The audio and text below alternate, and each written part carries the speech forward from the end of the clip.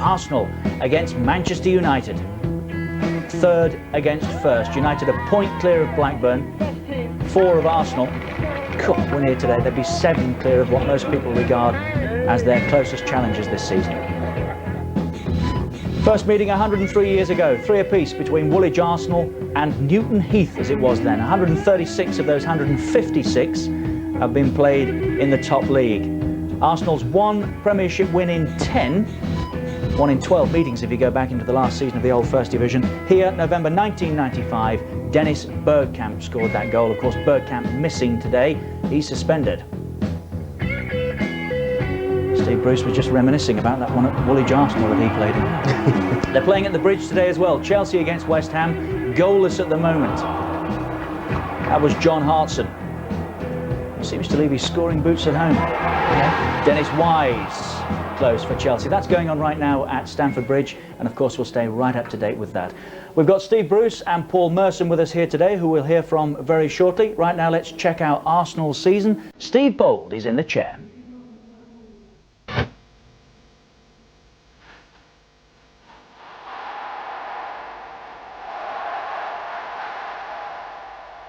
The opening game of the season, I don't think we could have asked for a harder game. It was about 120 degrees, I think, out there against our old gaffer. So it was, but we were more than delighted with the 1-1 draw, I think. The first home game of the season, I think, was very important. You know, it was a big game. We were on, live on Sky, and we were expected to win, which thank God we did.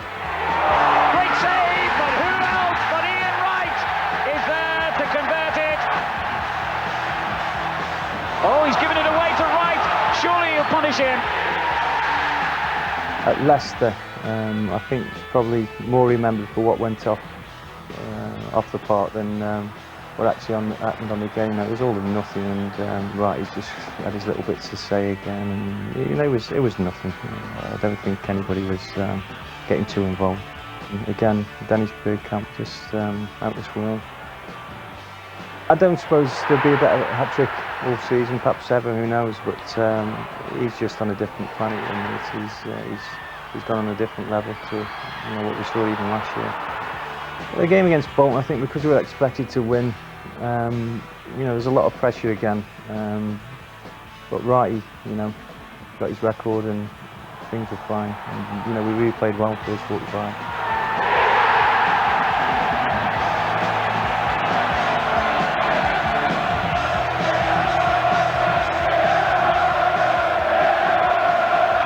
Game against Chelsea again was, another pressure game, I think, because live on Sky again.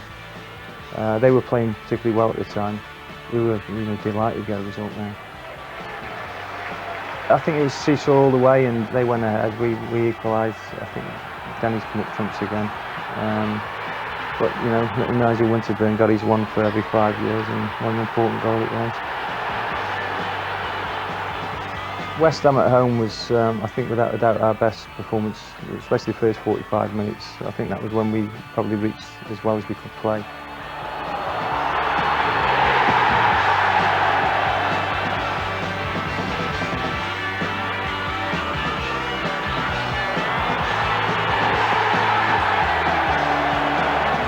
Other than that performance, we haven't. I don't think the best has come out of us. Barnsley at home, yeah, we were always expected to win again, and again, I think it was Dennis and Wright who came up trumps.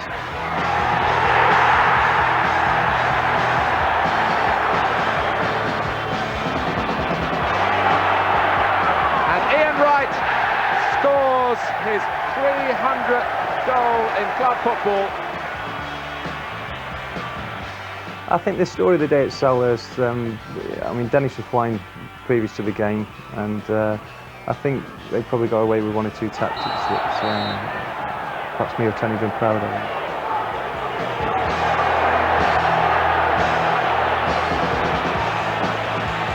of. The defeat against Derby, I would say, was probably done us a bit of good. We hadn't been playing very well, and we've been getting results when perhaps we didn't deserve them. For 45 minutes, we didn't actually play too badly.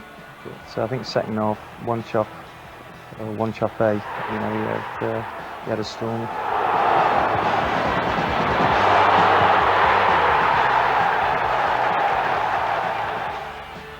I wouldn't say if they beat us today, I wouldn't say they won the title, because there's a million games to go.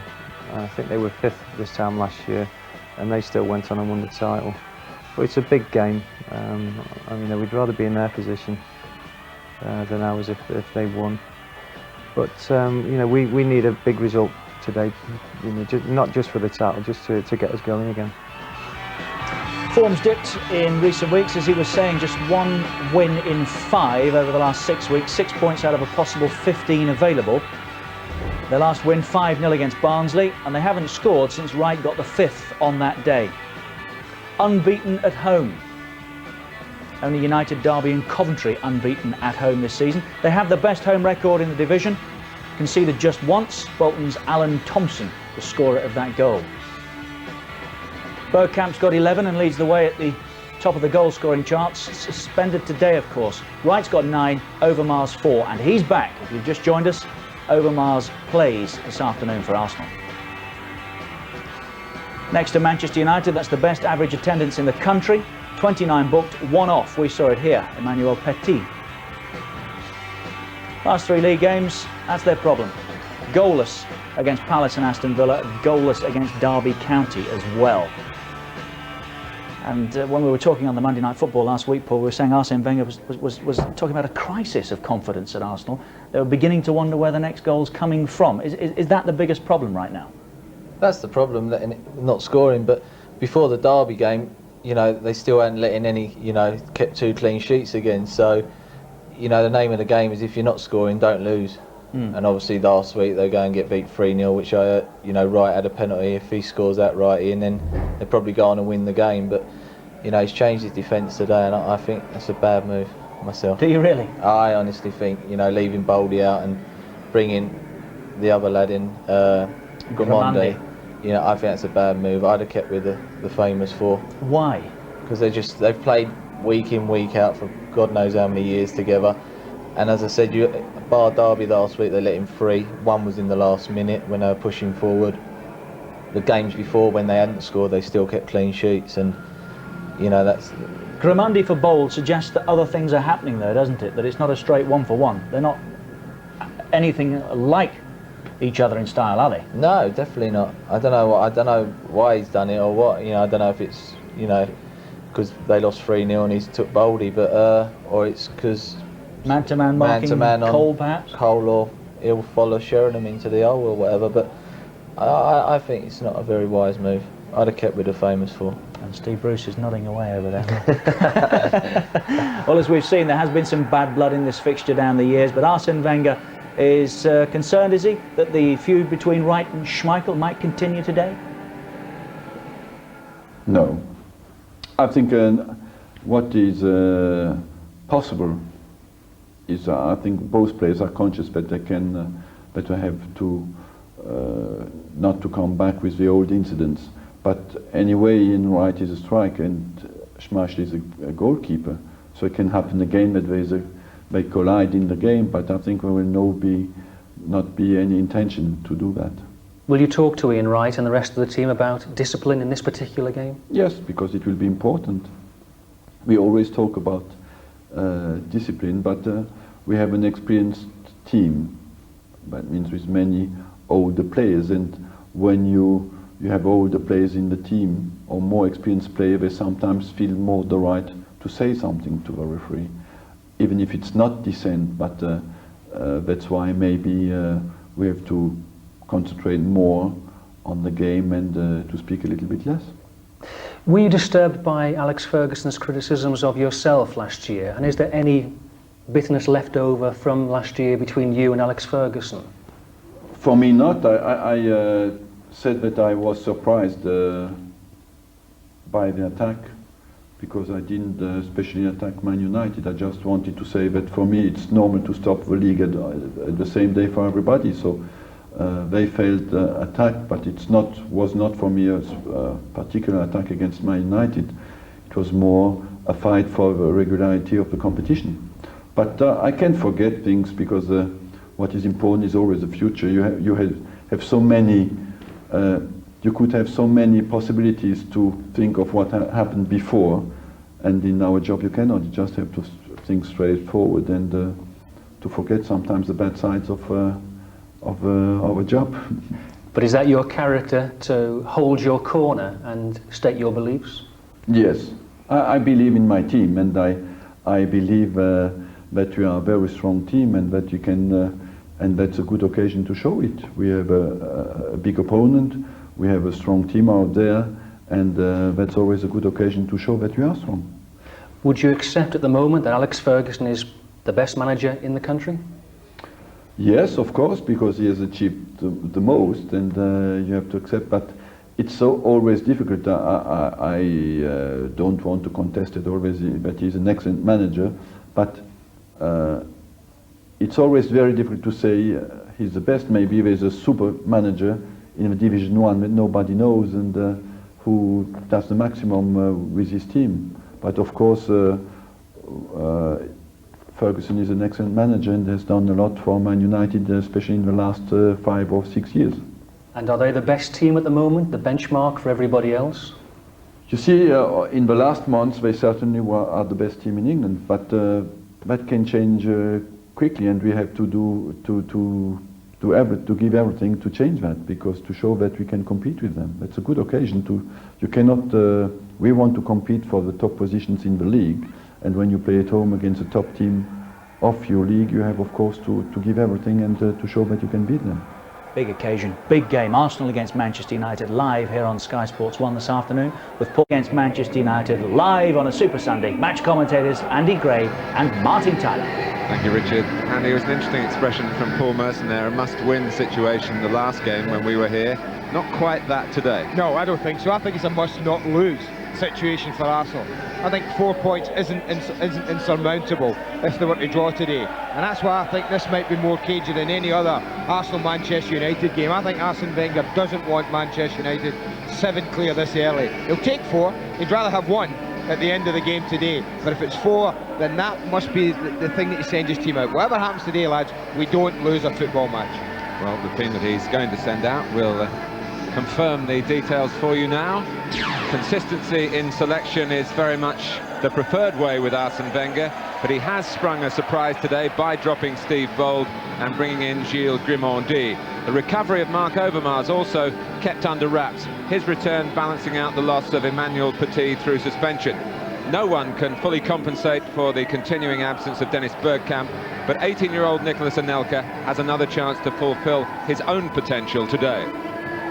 It's a pretty familiar formation now that we see Arsene Wenger send out. It's a familiar 4-4-2. A lot of talk in the studio about Grimandi's selection. It might just be that he's been picked because of his pace, his ability to recover into these areas where Andy Cole will no doubt try to use his pace to spring into. And it might be that Arsene Wenger thinks Grimandi's better suited to that than perhaps Steve Bold. Ahead of that, the return of Overmars, a real boost.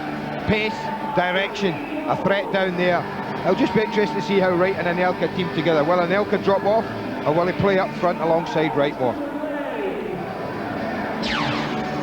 8 Manchester United men in the England squad. All 8 play today, with Phil Neville filling in for the incapacitated Dennis Irwin. That apart, it's the side that showed such style and such self-control in Rotterdam. Try and think of anything new to say about this team, about this system, and it's difficult. It's a team who's playing with tremendous confidence. I think when you look at that, I look at Scholes and I see his performance in midweek, a very much a holding performance. I wonder today if we'll see him just get forward a little bit more in support of Cole and Sheringham. There's great talent all around there. It's strong. It's going to take an awfully good performance for Arsenal to beat them. Manchester United in town, on top of their game, on top of 2 leagues, majestic at the moment at home and abroad. And a rich seam of coal fueling their momentum. Peter Schmeichel is the captain, with Roy Keane, of course, out for, we fear, the rest of the season.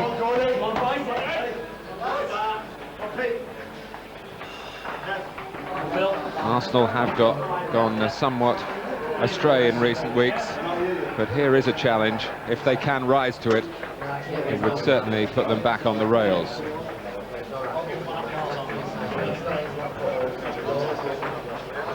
Bit of one-upmanship here, Andy? I don't think so, man. I think the Arsenal dressing room's further down the corridor than Manchester United. It's nearer the tunnel, but I think it's more important. I think Arsene Wenger, this is the best time. The last couple of minutes before you go out, the last things you say to your players are the things that they take out on the pitch with them. And it might just be that he's reassessing, reconfirming all the important things in the match. Stressing the concentration level, the determination, the commitment, all of those things now, just before they leave the dressing room. Trust me, they won't hear much from either manager from the sidelines. Arsene Wenger might well recall the words he used after the game at Derby. We lost too easily, he said. It wasn't a typical Arsenal performance at all. Here they come now.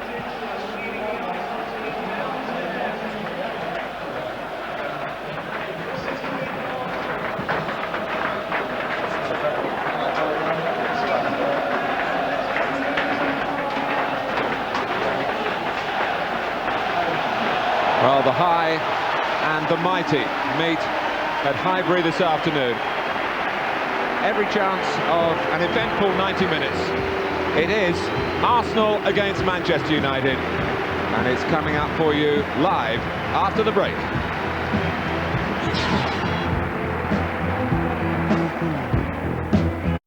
A Super Sunday in every sense at Highbury. Our match commentators for Arsenal against Manchester United, Andy Gray and Martin Tyler. Well, it is the first of the superpower clashes. None of last season's top four, United, Newcastle, Arsenal and Liverpool, have met one another this season until now.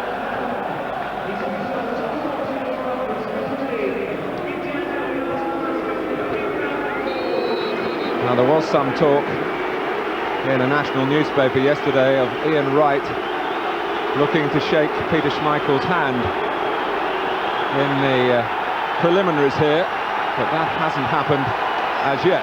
Might have done, Martin, if we changed ends. I think the fact that the team stayed where they were warming up, that's the way they're kicking off, meant that they didn't really cross. I'm sure they'll get closer than that, a little second or two. Well, I'm sure we'll be concentrating on the football and not the feuding.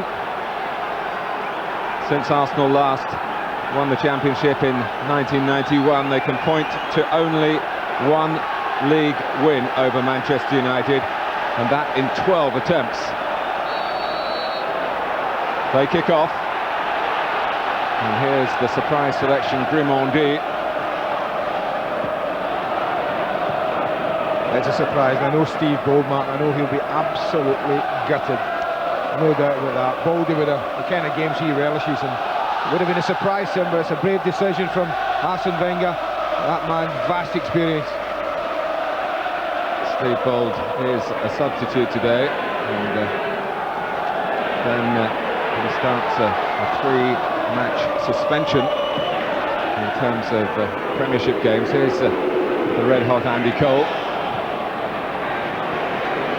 who used to walk the corridors at Highbury, of course, but never as an established player here. Played just once in the league side for Arsenal, getting on for 7 years ago, and that as a substitute as well. Gary Neville with the long throw. Teddy Sheringham with the sort of reception you'd expect from a player with strong Tottenham Hotspur connections. Just look, I wondered about Grimandi, Martin. There was a lot of talk beforehand that this change was down to that he might pick up Cole man for man. Interesting to see if that happens. Henning Berg.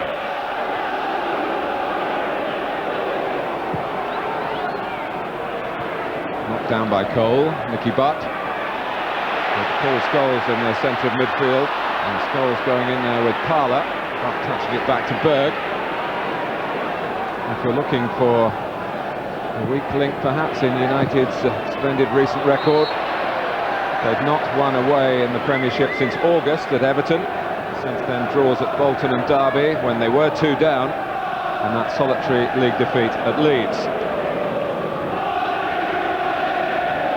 Well, certain similarity with the last staging of this fixture in February.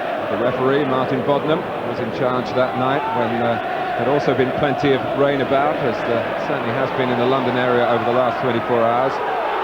United were also top then, Arsenal were also third, and had also failed to score as now in their 3 previous games. Giggs sweeping it towards Sheringham, who gets to it. Grimandi right on top of Andy Cole. And Overmars, they've not got a goal since he's been out of the side. I thought he had a chance as well there. I thought it was just so much grass behind Gary Neville. Defender did well, but I thought he was just going to knock it past. Beckham.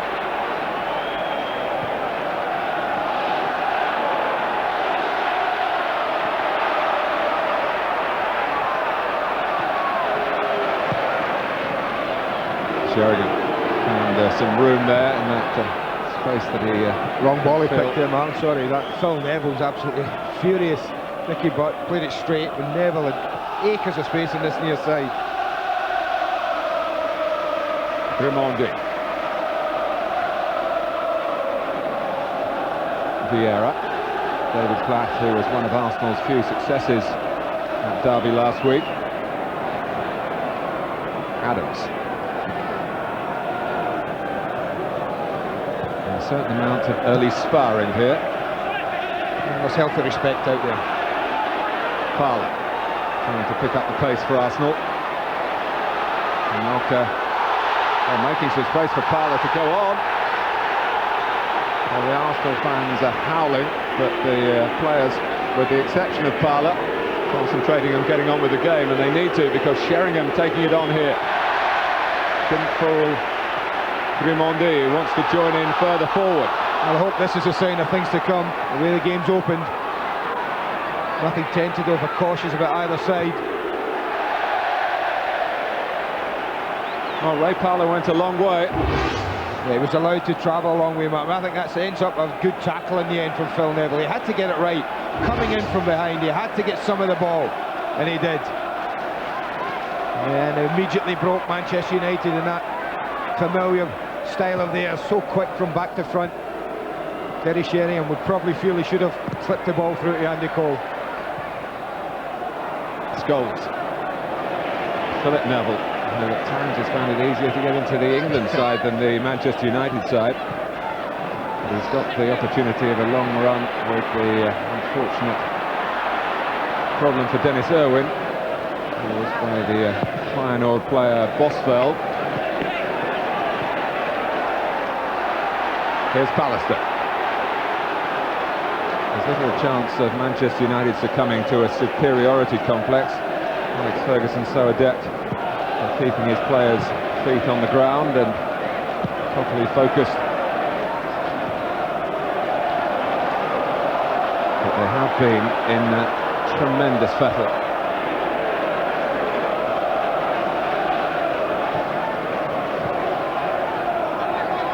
Scholes.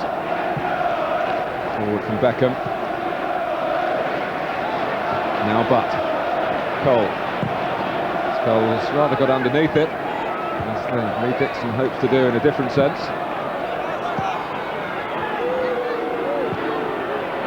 Pallister.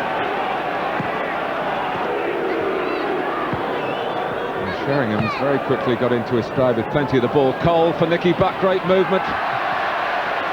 And it ends, fortunately for Arsenal, as a goal kick. Good spot from Tony Adams. He could have been tempted to go to Andy Cole here. We saw the run of Butt and he just backs off. That was vital. He did enough there to put Nicky Butt off. And had he been sucked into Andy Cole, and Butt was through. They've opened brightly, Manchester United. Their passing, even in the opening 6 or 7 minutes, has been so crisp and accurate.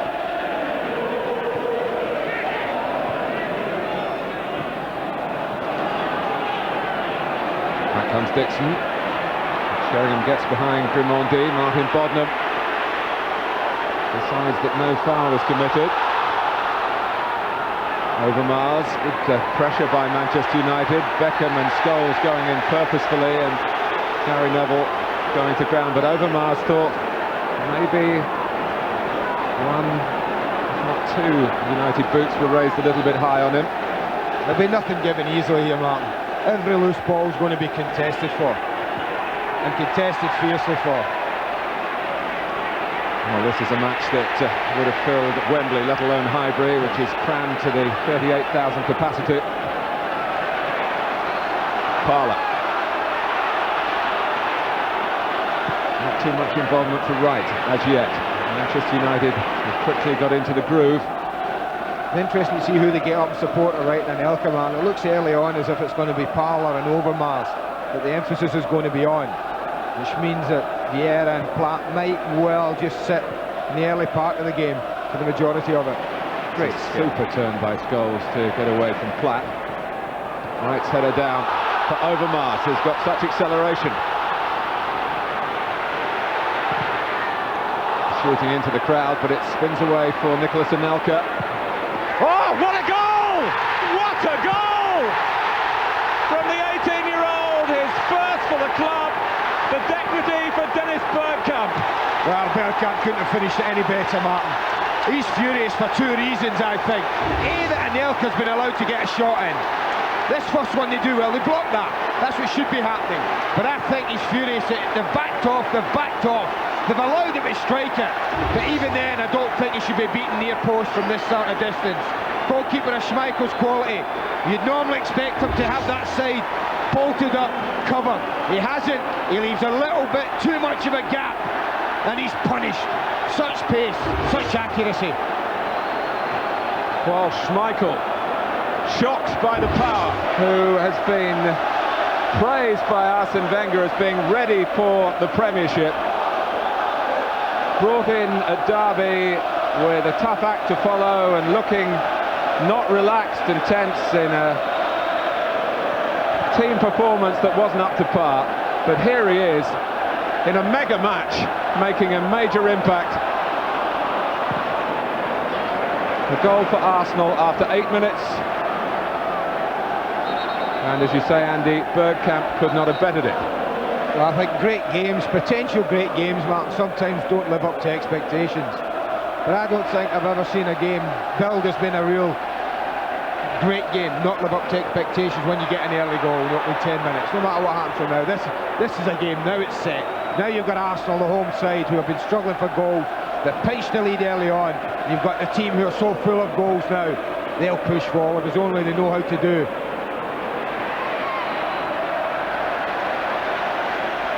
Well, they were getting on for 5 hours without a goal, Arsenal. Long overdue, they will feel. But a moment to remember for a very long time for a young player who they'll tell you here is absolutely outstanding in Arsenal's reserve team, and has shown a glimpse of that now in the senior side against, of all teams, Manchester United. It's about the first attack of any real significance as well, man. 10 minutes into the game, Manchester United had started, or have started, the better side. Passing's been good and accurate. They've looked a threat. Arsenal have seemed quite content to really bed into the game. But the little break from Overmars, got caught, and there was great power in the strike. Well, we shouldn't forget that the Nicolas Anelka, who came here as a 17-year-old, having already played in the first team of Paris Saint-Germain in France.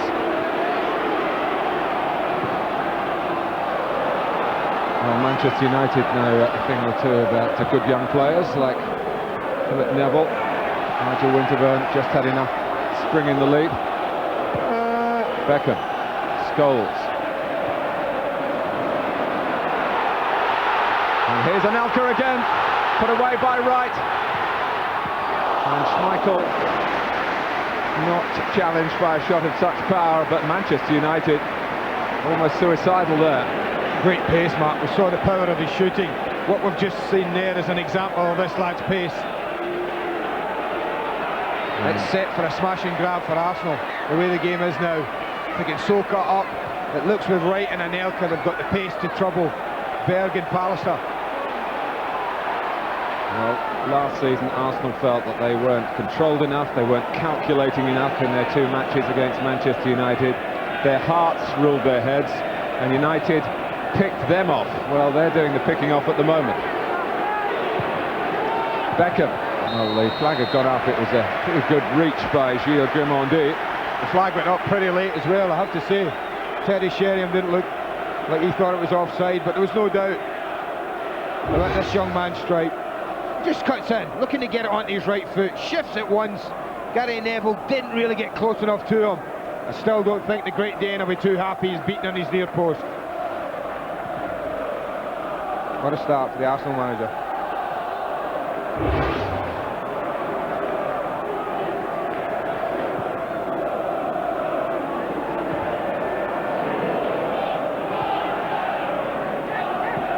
Pallister.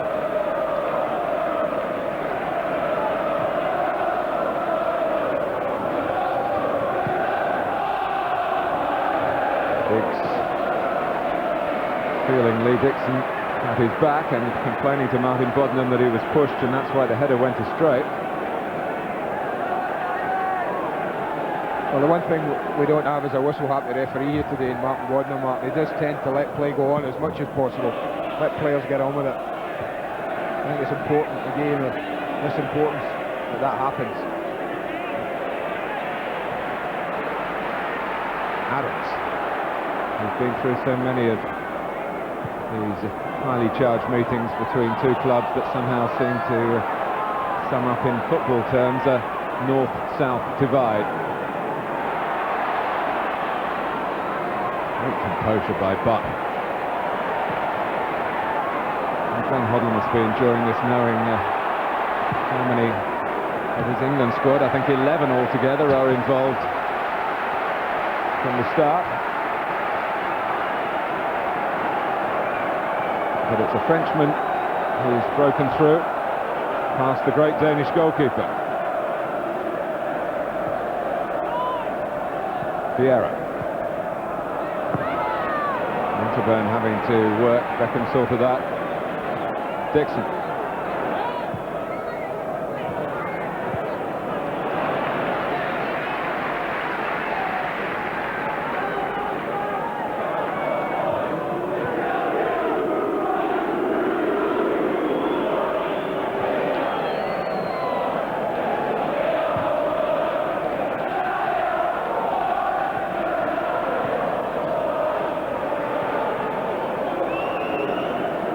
Beckham. Cole trying to dummy it through to Sheringham. Parlour.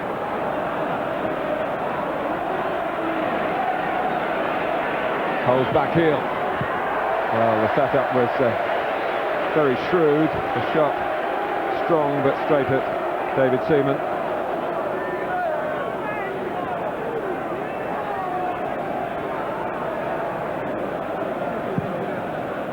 Well, another game, of course, in London of great relevance to the top of the table. Chelsea pressing West Ham back. And an own goal by Rio Ferdinand. Chelsea, who could go third if Arsenal lose today, but they're leading Manchester United.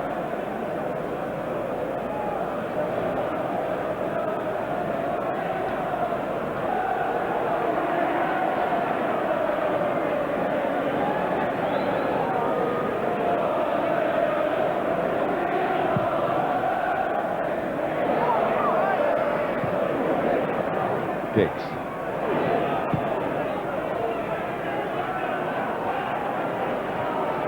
Now Philip Neville. Arsenal pressing him back. Pallister, though, time to take a touch and have a look. Cole. Not quite the link-up they were looking for with Giggs.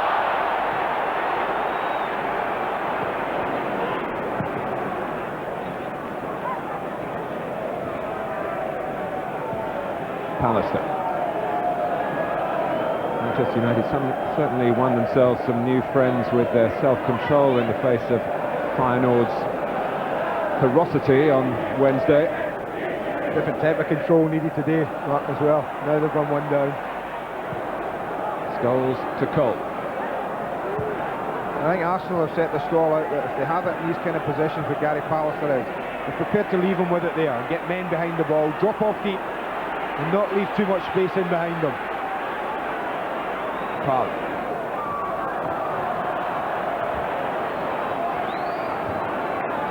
Well, at times the two managers have appeared to be trying to score points against each other with as much intensity as their teams try to beat each other. Oh my lord, it shows the key up, isn't it?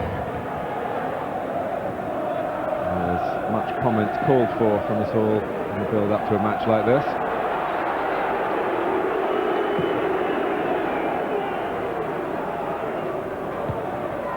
Adams with the head, Vieira. The side that have been out of sorts. Manchester United, the team that have been scoring at will. On from Sheringham to Giggs. Ormondi, a seasoned campaigner in French football with Monaco. An advantage played there by Martin Bodnam as Parlour was sent tumbling.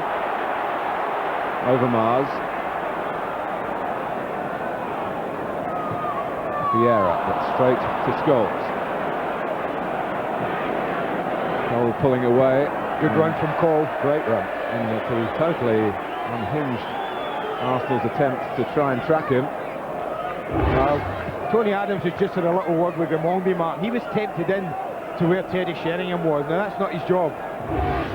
Because of that, the centre-back's got a little lopsided. Well, it's Giggs' turn to look at the referee.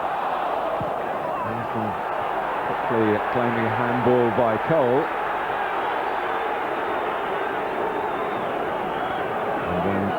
The ball broke loose and Lee Dixon went to get it away. He was hurt here. Yeah, that's very typical of what happens in challenges when people go to clear the ball, Mark. It's his follow through.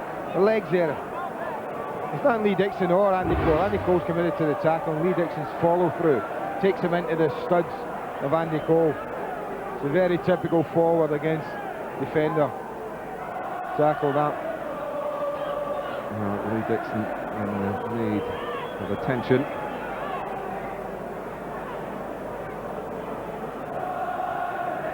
Most damaging old injury. It's Dixon's 650th game, incidentally, of his club career. You tend to forget that he had 4 other employers before he came to Arsenal in January 1988.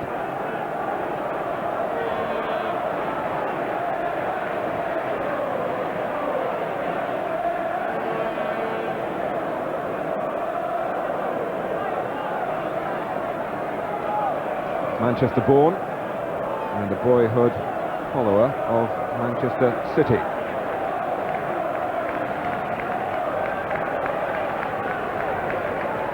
And Steve Bold so annoyed, as Andy suggested, to be left out, wondering whether he might get into the game at a relatively early stage. I'd be surprised, Matt. I mean, there was certainly a cut there, but look, as though it just scratched the surface.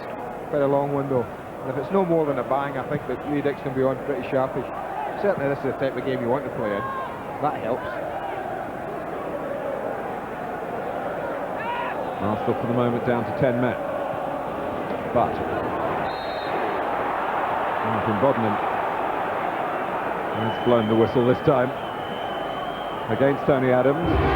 Yeah, he's just beaten with a touch from Butt just there. Clumsy more than anything else from Adams.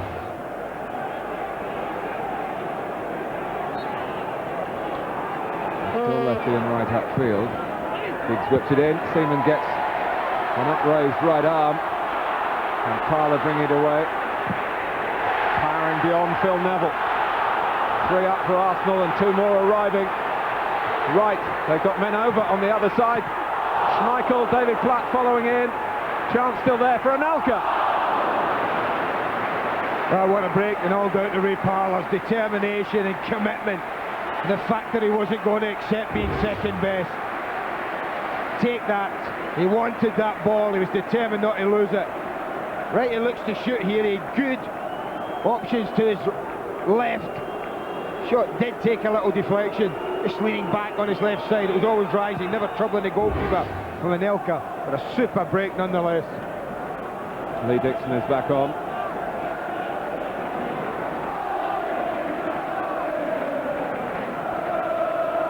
That's the warning, Martin. That's the way the game's set. Said, you know, set for a smash and grab from Arsenal. And Manchester United have enjoyed good possession of the ball. The opening half of this half, they've enjoyed good pressure in Arsenal's defensive third. But it's Arsenal who have broke at pace, broke quickly and threatened.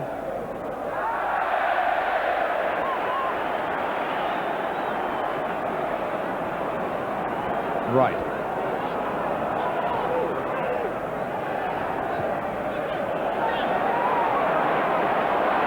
This is Anelka. Back to Schmeichel by Gary Neville. Sheringham. Scholes, Giggs joining up with Cole through the centre, leaving space for Philip Neville on the left.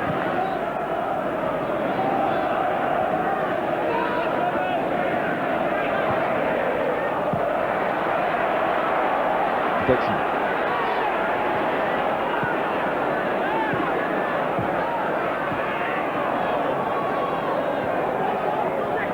They've got plenty of players back. David Pat's made one of those characteristic runs into the penalty area, the cross well away from him. And that's a giveaway. No, you have to play it quickly. But even Andy Cole with his pace wouldn't have no chance of catching up with that.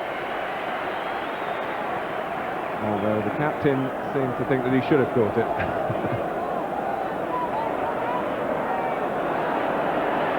Vieira. Berg, who was a player who always impressed for Blackburn against Manchester United. Hence Alex Ferguson's willingness to go and buy him when he became available. Berg and Sheringham, experienced additions to the Old Trafford squad.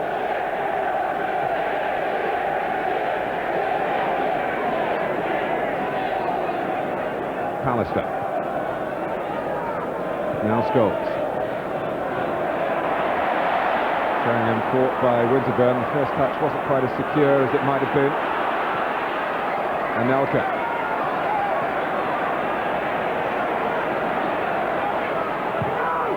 This is Parlour. Back with Anelka again. Once more, Parker's got in alongside right in the centre. Anelka working for a better angle for the cross.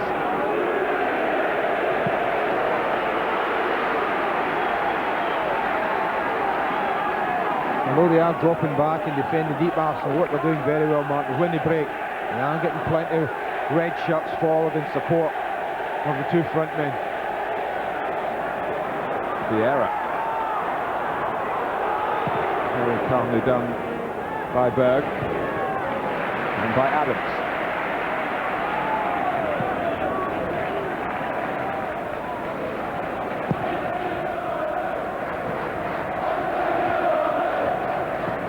Platt, who of course never made the grade with Manchester United, a club he left over 13 years ago now. Good outlet for them, over Marsh's pace, Mark, if they're struggling. Anything just dinked over the top like that, it's going to give Neville a problem. It's always a half-decent ball. Don't have many options on Nigel Winterburn. It's always nice to know that you've got pace somewhere, you can just drop it over the top for them.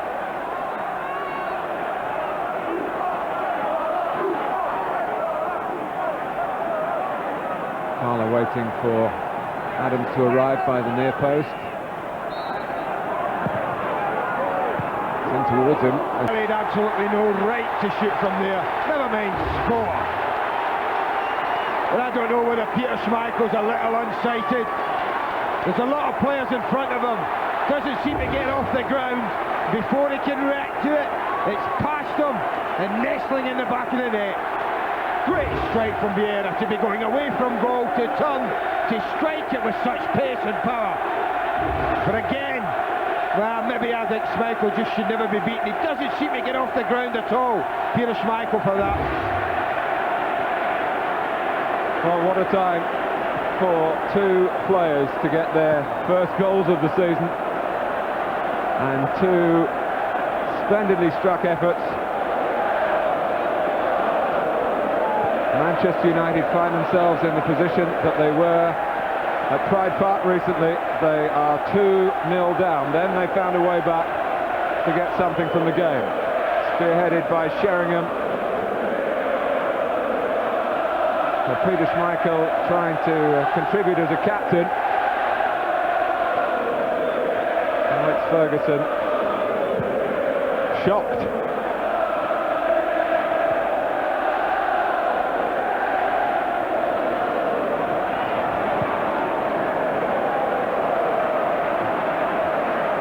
Well, it's not a conspicuous part of Patrick Vieira's game, goal-getting.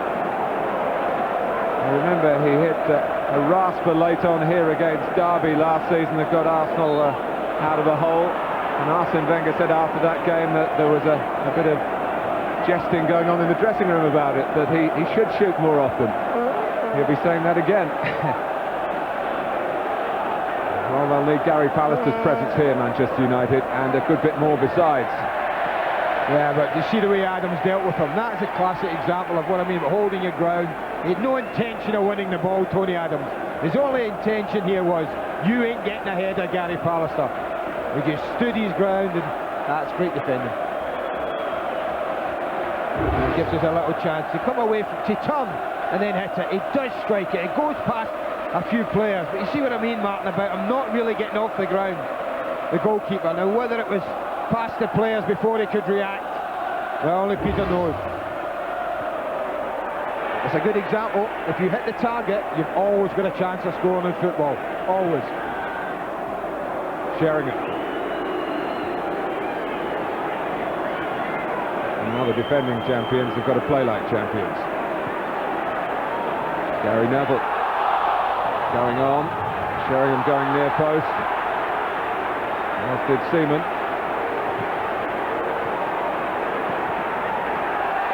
But it's been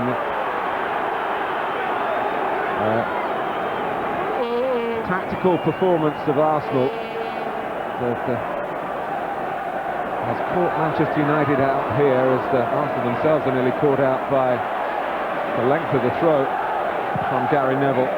Prepared to bide their time, Arsenal, but when they do recognise the chance to go forward, going forward with plenty of bodies into that Manchester United penalty area. You know, it's been very much like an away performance from Arsenal. We were here against... So just hold it. Mistake by Platt. Shot from Cole! They made that look easy, didn't they? That was struck with some venom. It was just like he was plucking apples off a tree here. It's up above his head. I'll have that, no problem. Well, you and I watched Arsenal huff and puff here a couple of weeks ago against a team who defended deep and made life really difficult for them.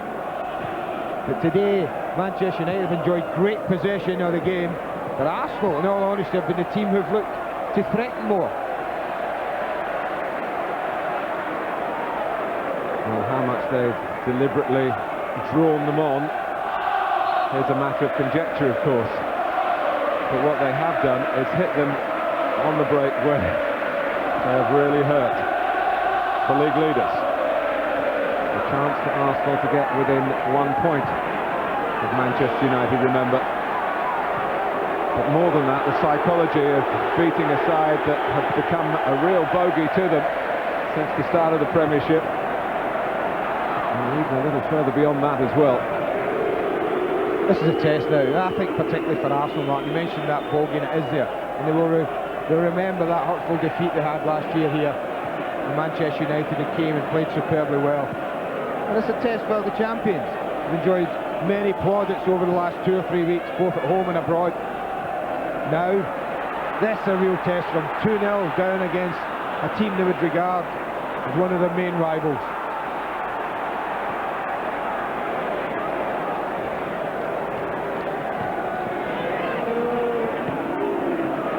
Just to Sheringham. Giggs. Well, the shot with a tame one in the end. Whether he was actually trying to get under the ball and chip it over David Seaman, maybe. But there was no elevation. That's exactly what he tried. Sheringham.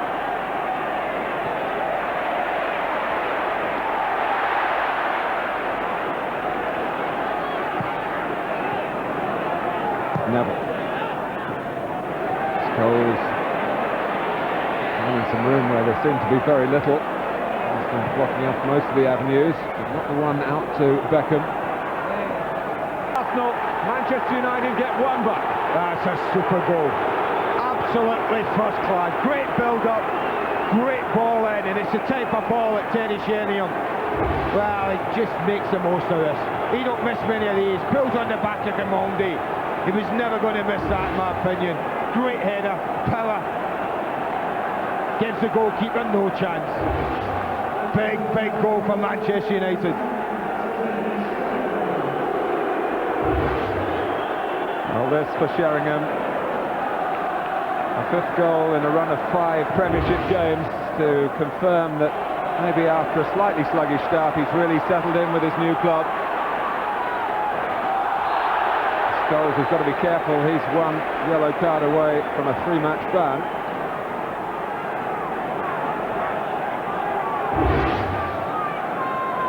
Well, there haven't been many, but this certainly was a free kick. Well, the Premiership hasn't been the place for goals being scored direct from free kicks this season. Nigel Winterburn, Martin. He's not exactly Gianfranco Zola, is he, Nigel? But he smashed that one in against Chelsea recently in the last minute from this sort of range.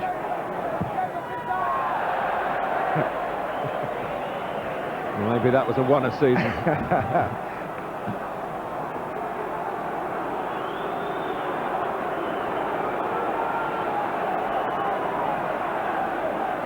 Well, you know, I enjoy watching headed goals, and this is a peach. The cross is an absolute beauty. He looked up, he picked out Sheringham, who had left Grimandi for dead. And he knew left Seaman for dead. The phrase "living up to expectations" comes to mind. Well, I said an early goal. That's what's happened. Made a lot of ground with the ball. Just wants to query Martin Bodnan, though, as of the school that unless the players deter him from his usual philosophy, he will allow a certain amount of physical contact. Monday night football for you. Another of the sides looking to get up amongst the leading bunch. They're 7th at the moment, Leicester, as we speak. And an opportunity were they to beat Wimbledon to be even higher than that at the end on Monday evening. Wimbledon, of course, have picked up some useful points away from home so far this season and are never to be underestimated. 10 minutes to go to half-time.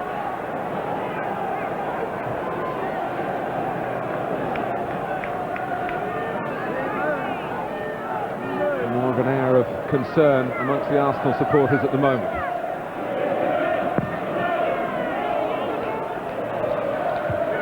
Pallister. Arsenal, of course, playing totally for themselves, but in a way representing the rest of the challenging clubs as well, trying to stop Manchester United pulling away with only a third of the season gone. Anelka.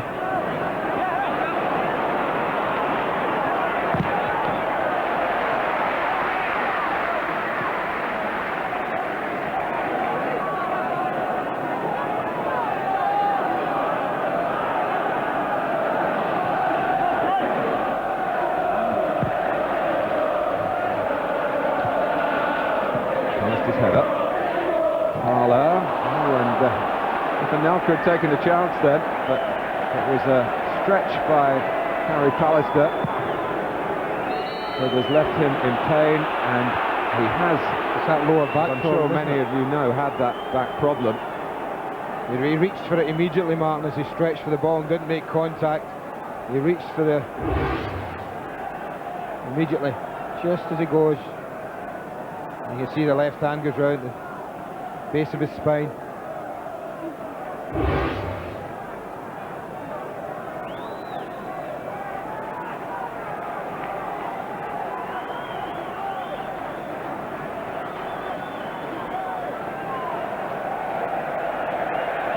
Arsenal using the break to attend to Patrick Vieira, but Gary Pallister's problem affecting 2 managers, the club and the country.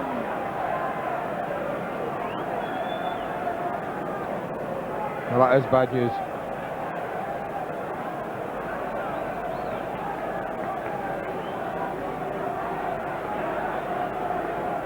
Well, they're fortunate in Ronnie Johnson, Martin. The lad will just drop in there, 1-for-1, play alongside Baird, but I think Pallister's very influential on this side.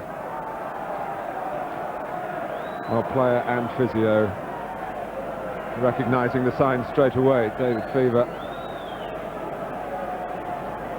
and Ronnie Johnson will be the replacement.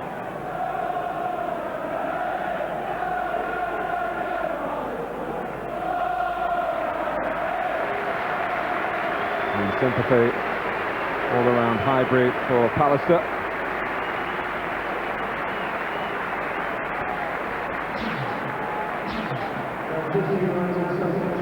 One indication of the calibre of Manchester United is to look at their substitutes in any given game, and Ronnie Johnson, established Norwegian international,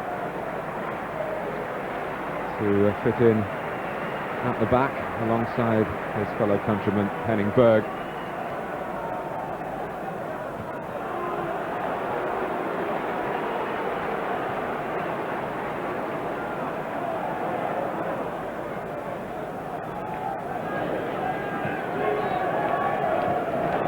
Just wonder if that break will have any effect on the game, Martin. Sometimes when the game's going at kind of pace this one is, any enforced break like that, players just die a little, just go a little flat. But I would think not in a game like this.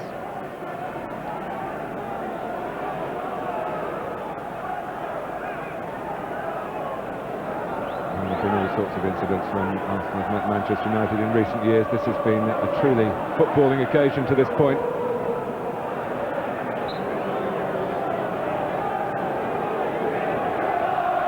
Beckham coming across to take charge at the free kick. By Vieira for Arsenal.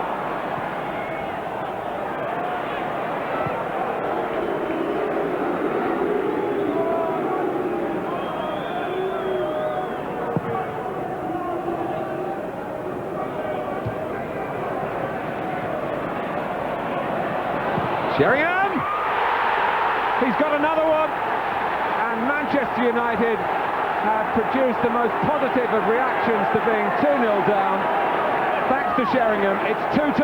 Well, this is an absolutely fantastic strike. There's an element of surprise here that David Seaman has to deal with. He just tugs and hits it. And much like the quality of Arsenal's two strikes, it's there for all to see. Brilliantly struck across David Seaman into the far corner. Just tugs and hits all in one movement. What a response from the champions. Well, even more painful for Arsenal, the fact that it's a former Tottenham hero who's done the damage to that 2-goal lead.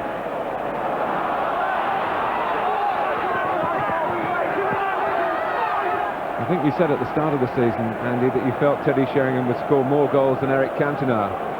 I did feel that, you know, certainly on Eric's performances last year. I thought this club was made for Sheringham, to come here and enjoy it and be the daddy of the young boys around them and inspire them, and I think it was the type of stage I thought he would revel in, and I think so far it looks a pretty good prediction, one of the few I've made. Over Sheringham, here's Cole.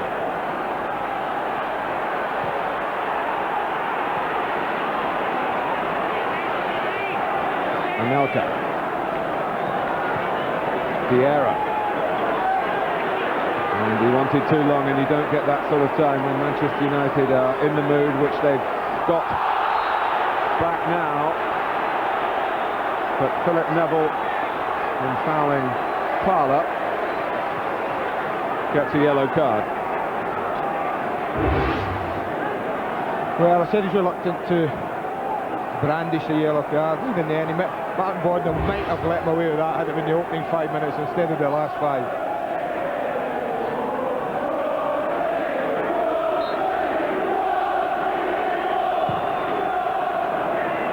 Deep one from Dixon, and nothing Gary Neville could do. A little uncertainty again, I think, from the goalkeeper. I think normally he'd have just come out there. He's only going to make 4 yards and just taken that. Peter Schmeichel, perhaps he feels little uncertain. Parlour to take the corner. Arsenal looking to reassert themselves before half-time. Well, no one got a touch. Well, you ask questions of the attacking side then. If anyone puts a corner in, it bounces on the 6-yard box. They've overcommitted near post. Oh, look where that's bounced. That's a tap in for anyone who wants it. Gary Neville, look at him all over Ian Wright, not interested in the ball. Talked about that. That's just taking it a bit too far.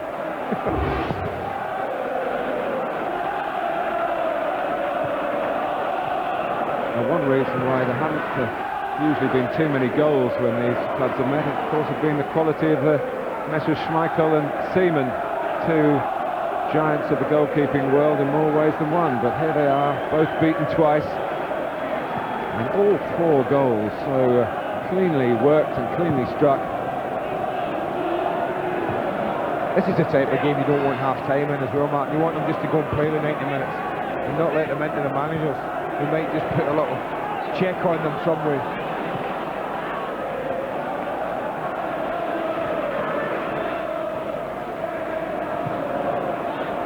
Beckham. And who'd have thought closing in on half-time would be looking at a situation where Manchester United might find themselves in front after... He would have. After such a tentative start to the game, I was saying, but it wasn't tentative in terms of the way they passed the ball. It's just that they found 2 Frenchmen producing their best strikes of the season.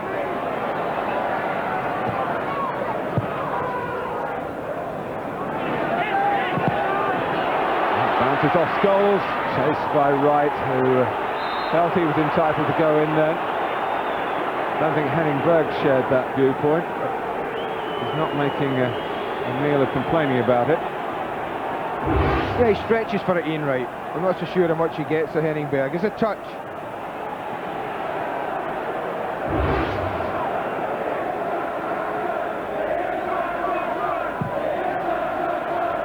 Alex Ferguson complaining to the 4th official, David Ellery. Maybe feeling that after Philip Neville's yellow card there might have been one there for Ian Wright. Anelka, Vieira, and now Winterberg.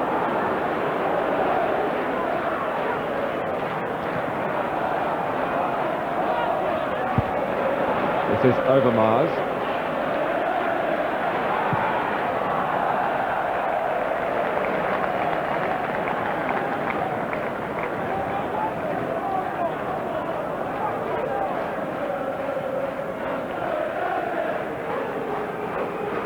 Much made of Mark Overmars' return, Mark, and in all honesty he's been very, very quiet. Paul Merson talked about it before the game, saying it's important that they get the ball to him. In all honesty, they've hardly been able to get the ball to him, such as Manchester United's domination of possession been for the majority of this half.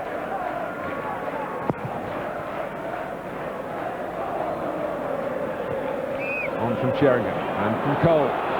This is Paul Scholes, challenged by Winterburn. Martin Boddenham was a reasonable distance from the incident, and Alex Ferguson, who... Well, he was a long way away. He's furious. The linesman's right on top of this. He just checks back in against Winterburn. I tell you, I wouldn't have been surprised to see him point to the spot. The hand went up from Nigel Winterburn saying, please don't give a penalty more than I think convinced it wasn't. And it wasn't the only Arsenal arm that was raised. David Crick is the assistant on the far side, who was better placed than Martin Boddenham to adjudicate. I think when you go past someone like that, check back in and you get past them with the ball and then you're taken down like that. Well, you do ask question as to why no penalty. See, that's not a free kick. United are getting upset, and at times it's because decisions, little ones like that, are going against them. Ball was won there, and then Ray Parlour went over. Parlour taking it beautifully past Giggs, worthy of Giggs himself. Corner.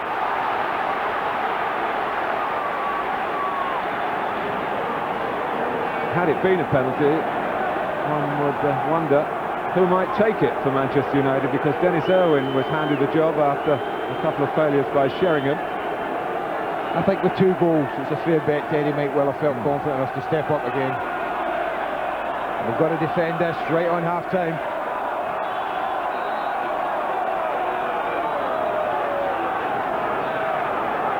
Well, that's the corner of the ground where the Manchester United fans are, and one hopes that objects haven't been thrown at Nigel Winterburn, but I rather suspect that something has been.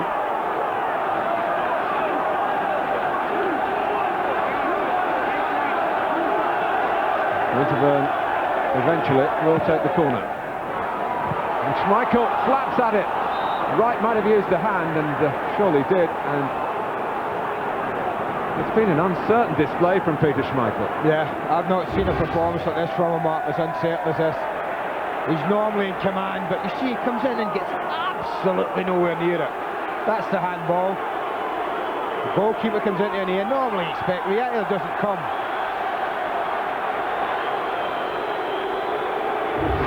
Well, I said that we were concentrating on the football, but sadly old rivalries are surfacing here, old animosities, and Peter Schmeichel suggesting that something has struck him. Well, I hope not. I banner these fans that do this sort of thing. We've had a great 49 minutes of football so far. 4 goals, everything happening. Don't want a couple of mindless idiots spoiling it for everybody else.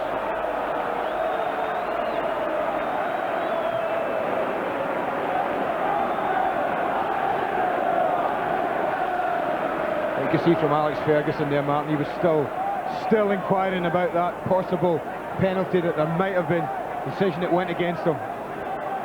Police are gathering behind Michael's goal to join the stewards. Whether this replay might give us a clue.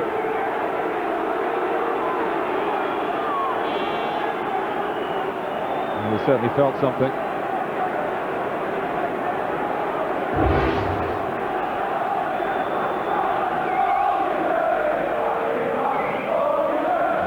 Bodman went across maybe just to check with David Ellery about the time, or perhaps with Alex Ferguson, who is often the most accurate arbiter when it comes to that sort of thing. It is half-time. What a first half at Highbury. All going swimmingly at the start for Arsenal, playing predominantly on the break and getting a real bonus with Nicolas Anelka's first goal for the club. The first Arsene Wenger will hope of many. 27 minutes gone, and Patrick Vieira with a perler here. But Manchester United digging themselves so splendidly out of their difficulties. Sheringham's thought and movement creating the position to deal with the cross. 2-1, and great coordinated play by Manchester United for Sheringham's second. Where will it go from here? Well, you'll find out on Sky Sports after the break. A half-time score at Highbury. It's Arsenal 2, Manchester United 2.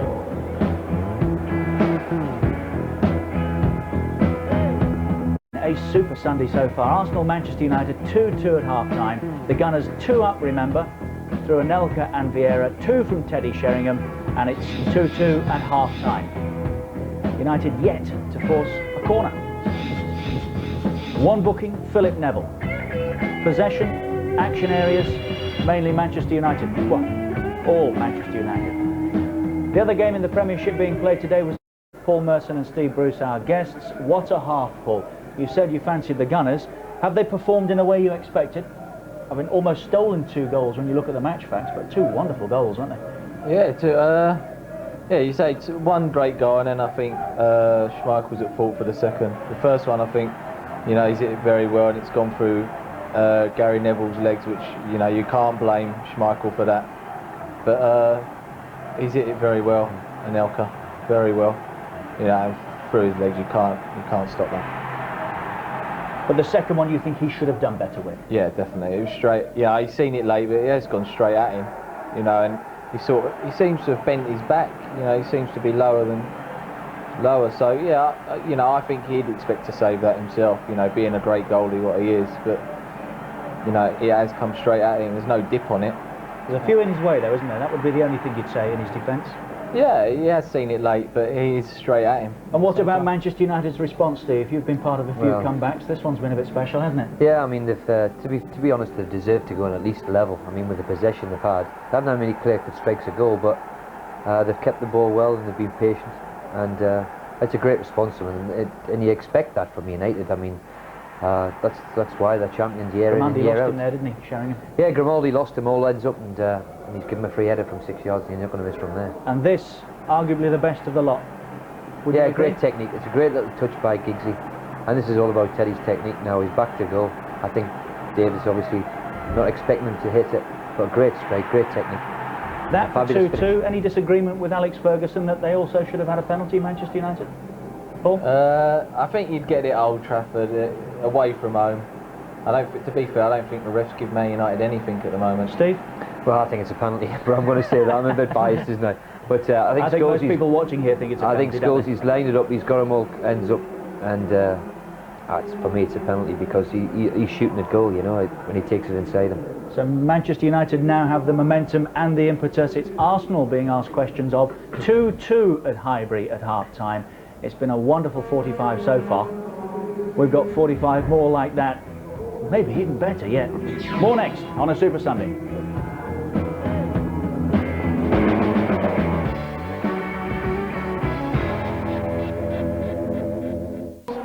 Shove Grimaldi into centre midfield area. Maybe they'll go free at the back. You never know. That's the way it's shaping up as they line up. It certainly is. Grimaldi, Adams, Bold, which will give Lee Dixon and Nigel Winterburn the opportunity to push further forward. Yeah, I mean, Ray Parlour will tuck in a few inside, beside David Platt in the central area. Almost 3-4-3 now. Well, the score level, but you sense a psychological advantage with Manchester United. Arsenal against the old enemy, roaring into that 2-goal lead, but held back with the style and just a clinical approach from the champions. Well, they haven't conceded 3, I don't think, Manchester United this year, Mark. Never in the league. I think only Chelsea and Derby have got 2 against them, 2 past Schmeichel. So it would need to be a first for Arsenal to win the game. Headed down by Cole. Manchester United have a terrific record in London. They haven't lost in the capital in the league since Spurs produced that famous New Year's Day 4-1 scoreline, getting on for 2 years ago now. Dixon's throw. Anelka.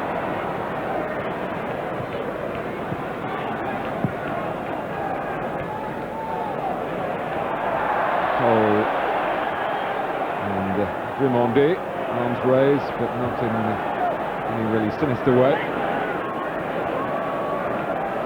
Needs to be a bit more serious than that for Martin Budman to step in.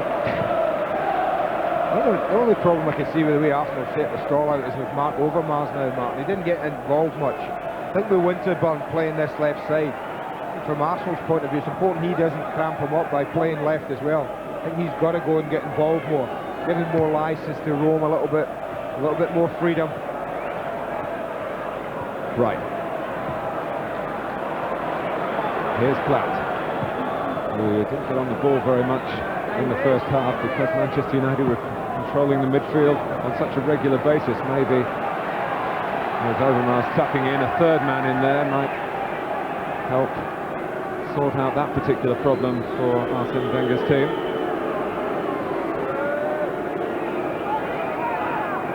Let's get some injury news from George Gavin. Martin, the doctors examined Gary Pallister. He has a sprained back rather than a trapped nerve, which was suspected first of all. The doctor says it's too early to tell whether that'll keep him out of the England squad next week. Thanks, George. Here's Overmars. Right, Winterburn. Giggs Maybe a little unsure of what best to do then. He took it, it seemed, on the chest. A little surprised that arrived there, actually. I think it took him a little bit by surprise. Came over rather low. Awkward.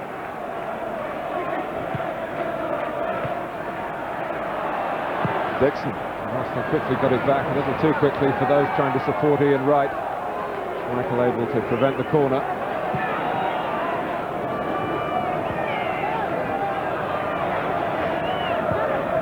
Beckett.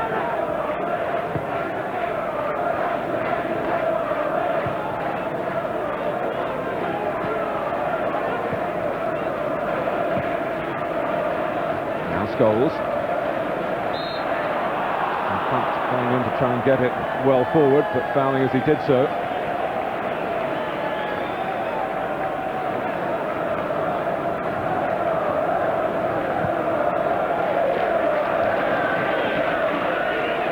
Winterburn. Setting off. Looking for one dropped over the top. Winterburn preferring to keep it short to Overmars. Now Wright goes again, and there is the pass, but it's too long for him, and there wasn't much space to drop it into. Cole. Sorted out there by Grimandi. They're encouraged to do that. Whereas Arsenal dropping off, Martin, they're not really allowing any space, if at all possible, behind them. Manchester United haven't been afraid to hold a line. And if Wright here and Arsenal want to run in, they've been prepared to say, well, we're going with you, but we ain't going to drop too deep.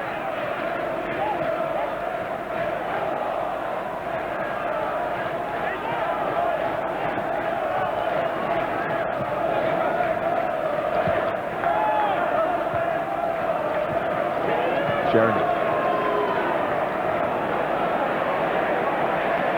Holded well to stop Arsenal breaking out then.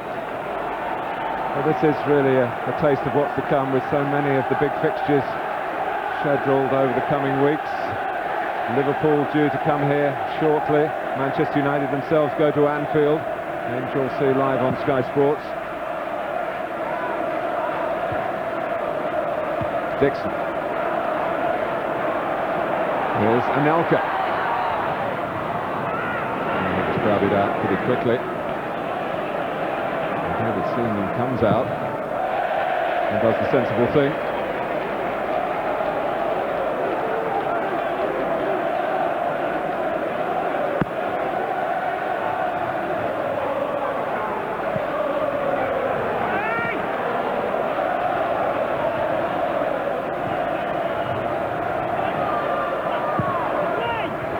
Cleared by Adams. Dixon.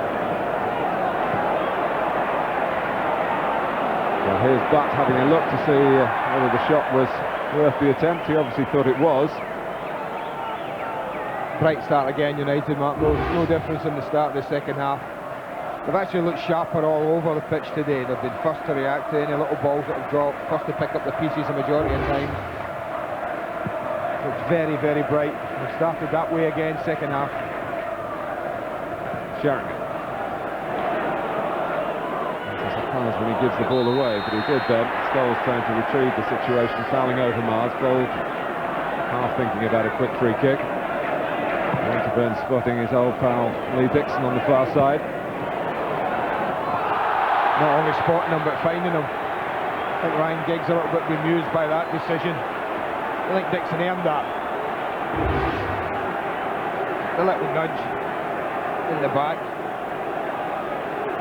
It's amazing how when it's outside the box, linesmen are quick to shove those flags up. But when Scholes was inside the box first half, the flag was reluctant to go up. Well, Winterburn, who might have been penalised then, has gone across to take this free kick. And Schmeichel was not his usual authoritative self. Yeah, Scholes is entitled to a game like this every 4 or 5 years, Martin. He just wouldn't have wanted it against Arsenal, and today when all the cameras are here. Arsenal sensing a chance to get back in front. And as Schmeichel now gets it right, and we're judging him, of course, by the very highest standards which he usually sets week in, week out. Well, it's certainly not as my standard as a goalkeeper. It's his fault for being so good. That's his trouble. Beckham. Sheringham again catching out defenders who are trying to keep tracks of him, but well, Glenn Hoddle must be particularly delighted by the form Sheringham showing today, with an England team to be picked for the match at Wembley against Cameroon.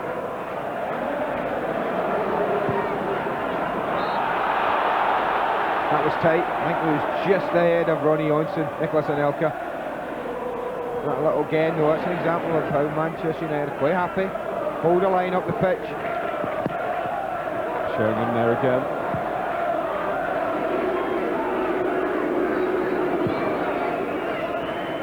One Arsenal win against Manchester United in the last 6 seasons in the league. Came here on Highbury, you'd expect, 2 years ago. Let's see the goal from Bergkamp. Now, that might be suspension coming up. Martin has got his 5th yellow card. 3-game ban starting 2 weeks today. I don't think you can have any argument with that one.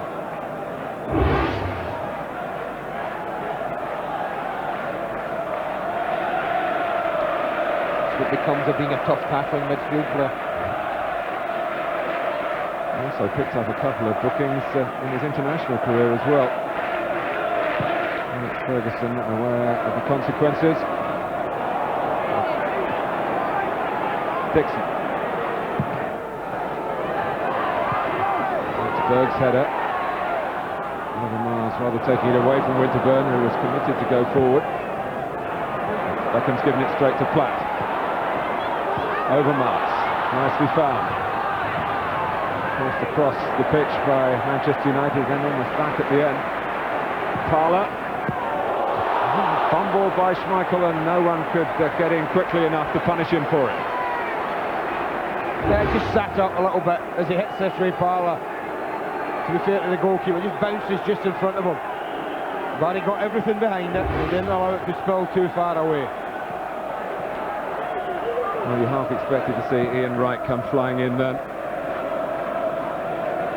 He's found it hard to be an influential figure in this game. Comparisons between Wright's form and Andy Cole's form. Again with England in mind. Wright's hit a lean spell, and Cole 8 goals in 3 games. But none today. Sheringham has been the man, looking for a hat-trick.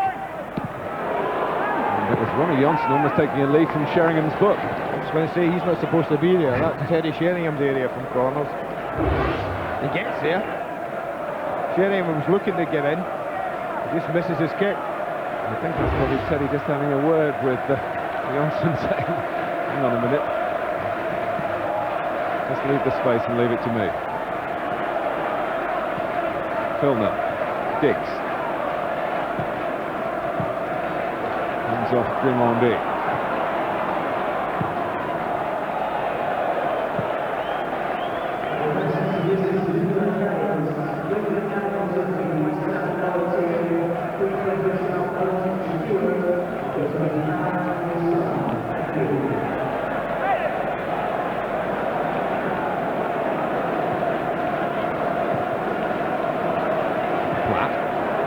Take it from Butt, who wasn't giving it up lightly.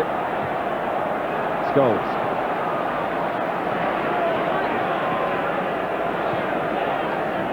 And again. Filner. And then the controlled possession coming from Manchester United. Trying to show some devil in their defending to break it up and insert themselves on a regular basis into the shape of the match. Now, they've not been able to keep possession to do that long enough, Martin. The best parts of the match is when they've caught Manchester United quickly on the break. They've never been able to put passes together, whereas Manchester United have looked very confident. Any time they've had the ball, kept it for spells. And a clip on Giggs. Free kick.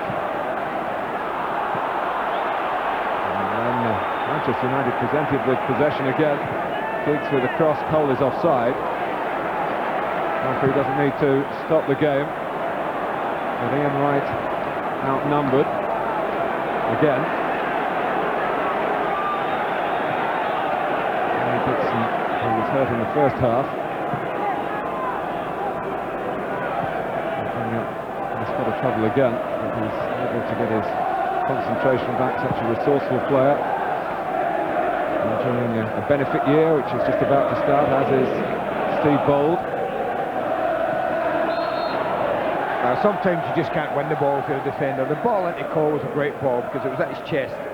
So there's no way as a defender you can win it. So sometimes you just have to stand your ground, make it difficult. What Raimondi did was just give away a needless free kick. Scholes, Sheringham. Sheringham trying to fashion a shot. Manchester United complaining that a hand had been used. Martin Bodmer must have had a pretty good view of it. Saw nothing wrong. Spent last Sunday driving in the London to Brighton veteran car run. A bit unfair to call him a veteran referee, but it is his last season at this level, the last of 17.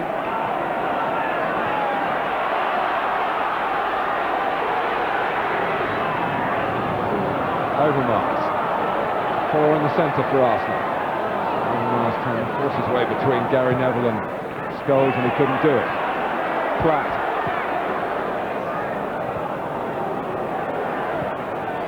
Some sort of clearance by Giggs, not quite what he wanted. And Arsenal have it again with Anelka, and Giggs across to make the first challenge.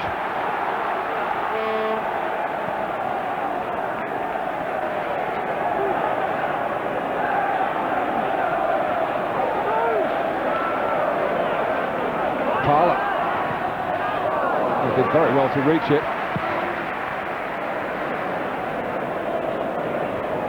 Still a candidate for one of the most improved players of the season so far, Ray Parlour, I would suggest. Well, he's had a position mark, he's been selected every game.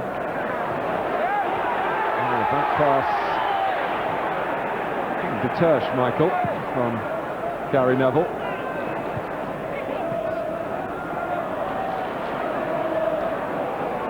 Giggs. And Cole. Beckham coming onto the ball. Cole sensibly left it to him. Sheringham.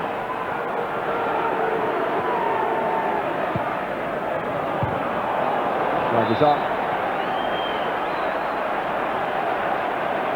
Now I think we just got an early Teddy Sheringham. I think it was a culprit. I'm so sure it was Andy Cole. I think Sheringham just got ahead of plays that come out. You see him flying in from the left. Oh, it's tight. No, it's not, in fact, it's not even tight.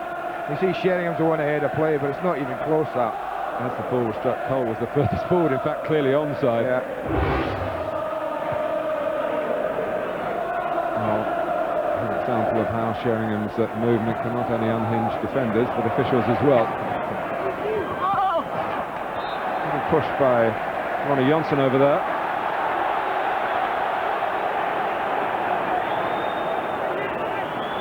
Gilles Raimondi. Again, it's the left footer Winterburn required. Just under half an hour to go.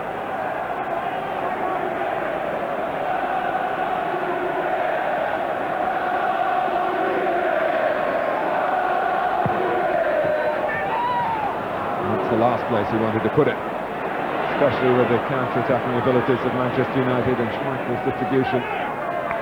So often a factor in that. The second goal, I think it was, here in February, and United zipped from one end of the pitch to the other to rip Arsenal apart. Touched on from Anelka, right. Still striving to get into the game. He wants his midfield players to get more of the ball, for him to get more touches.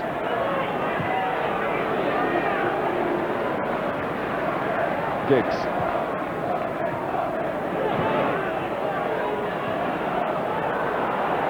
Neville spots some space and found by Giggs. But making space for his own shot. Better than the previous effort. Good hit. Sheringham standing. Why didn't, with his arm raised, saying, "Why didn't you spot me?" There's such a confidence and authority about the play, Manchester United, when you watch them. Everyone wants to get involved, everyone wants to play. Shot's a decent one, but you can tell that David Seaman was unconcerned about it. 24 teams this year in the Champions League. 4 games played by all of them. Only one club has won all 4. Manchester United.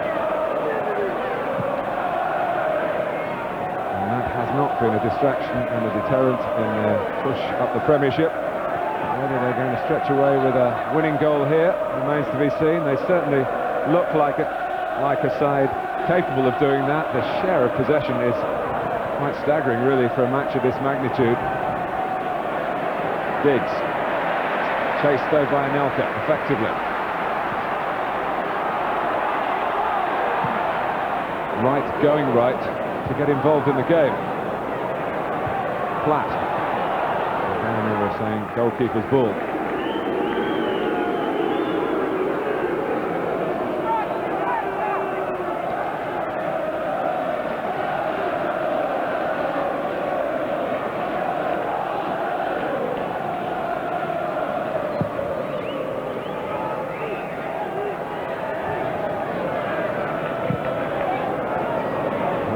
Dixon, favourite, but Wright won it.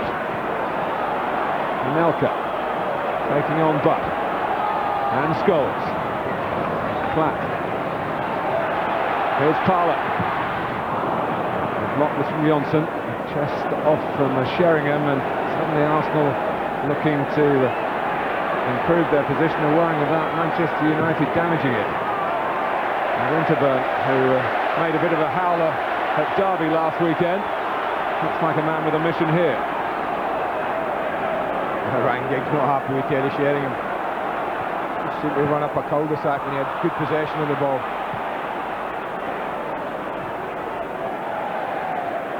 Giggs seen off by Grimandi and Anelka. Grimandi again, and Dixon. Parlour going ahead of Nicholas Anelka. Overmars. This looks promising for Arsenal. No way for Overmars to try a shot coming onto his right foot. He likes to do that from the left-hand side. Dixon with a good cross. Right! Got a touch. Overmars. Manchester United suddenly on the back foot. There haven't been that many moments in this half when one could say that, but the ricochets favour them and it's a goal kick. It's a good ball in from Dixon. I think Wright's the one who gets the touch near post, but Platt was absolutely flying in behind him. Not so sure if the touch just took it away from David Platt. For one of the few times, look at Platt come in behind Wright. He's stooping low, looking for the diving header. The ball wasn't there.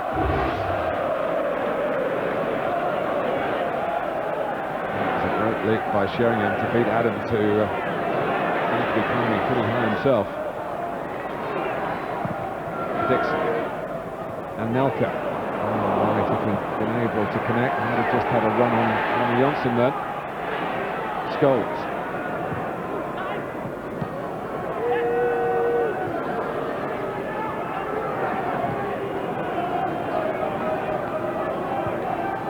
I remember seeing a league match Paul Scholes has played for Manchester United, where he's missed a few times in the opposition's penalty area. I think I've only once, basically that time with a penalty into the first half. Certainly not ventured in their second half. Of course, his problem has been getting a regular place, and Roy Keane's misfortune has been to Scholes' advantage that slot has become available, and the responsibility of going box to box with it. That means back towards your own penalty area, as well as launching yourself, as Scholes does so naturally, at the opposition's.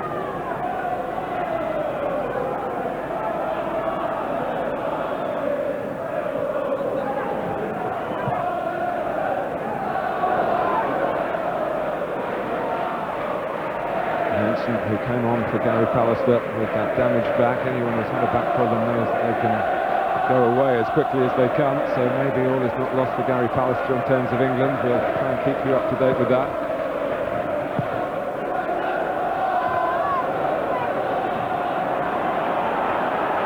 Berg. That's the Norwegian barrier that Arsenal can't breach at the moment. Berg and Johnson. And the Neville's as the fullbacks. Berg. Cole. challenge. It breaks for Anelka. Destiny of the game still very much in the melting pot. Winterburn couldn't quite give Overmars an angle for a pass, but he was conspicuous again in winning the ball back for Manchester United.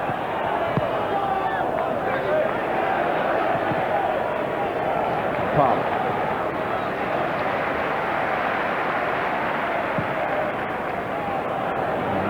Telling Grimondi to hit it towards Anelka, which is unusual because he's normally calling for it himself. Well, so often that's happened, Mark. Every time they've knocked it, within seconds, United have got possession again, and back they come. Passing, patience, confidence. They really have. I can't remember a game that I've watched Arsenal play Manchester United where United have dominated possession to the extent they have today.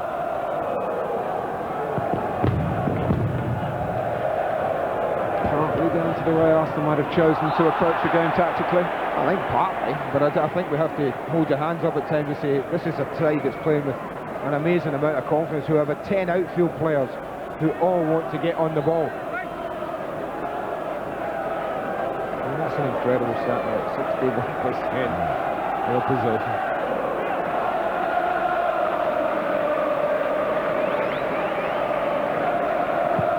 Grimondi with the free kick.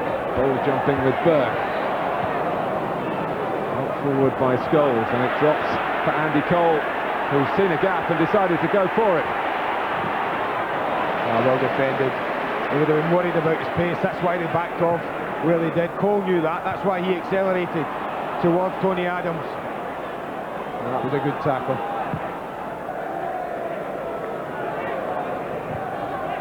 Platt.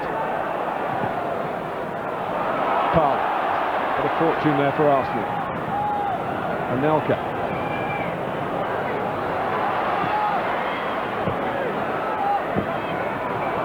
Some fireworks going off behind the stand on the far side. Anelka trying to set loose a cracker of his own.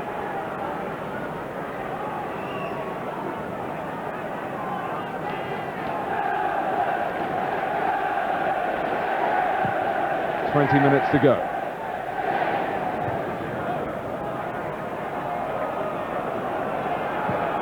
Parlour.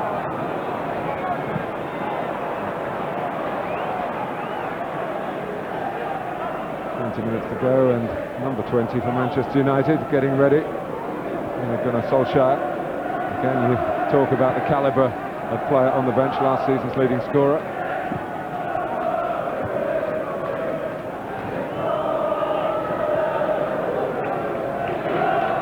Scholes and Platt is grabbing hold of him.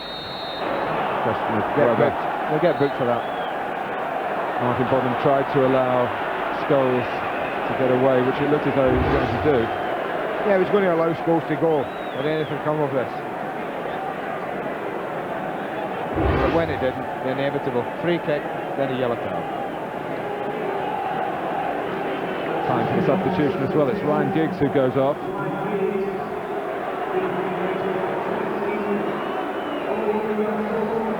It might jog your memory, Andy, that the very first time Solskjaer and Cole played together from the start was here at Highbury last February, and very well they played together then. Both scored, didn't they? I think it's something like 14 goals between them in 8 games in the league that they've started together, and there's a bit of a campaign in the Manchester area to suggest that they should always be starting to Alex Ferguson. You would probably tell them that he knows best. Here's Anelka for Arsenal. Ian Wright with an arm up. Winterburn. Overmars. Wright's there again. And again. Parlour.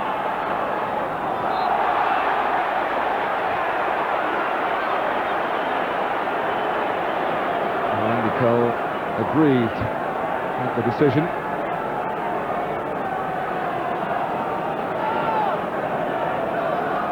That's an obvious threat. You give free kicks away against Arsenal, this sort of area. You've got Bold and Adams and Elka. Finding for Sheringham. Solskjaer has played that rather blind. Parlour. Adams did enough to make Gary Neville play the ball. It's an Arsenal throw. Only one played as far as Gary Neville can do for Manchester United. Winterburn maybe will try.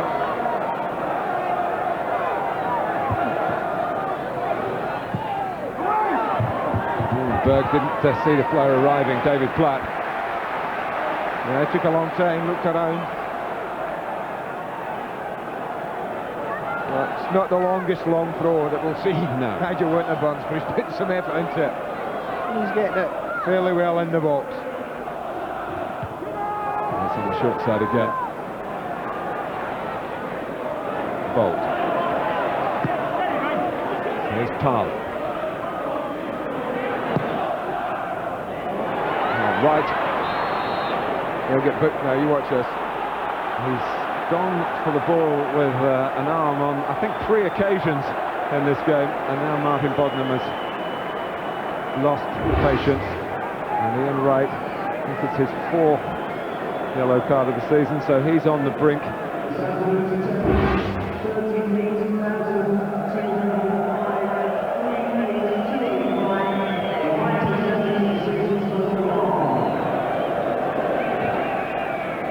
Yeah, it was no surprise, Martin, that it hasn't quite lived up to what the first half gave us. I said that about a minute before half-time. It was the type of game you didn't want half-time to come. Because the managers would have had their say, they would have tightened things up at the back.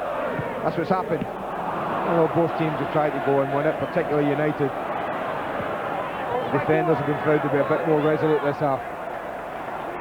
Well, there was some sloppy work by Grimondi,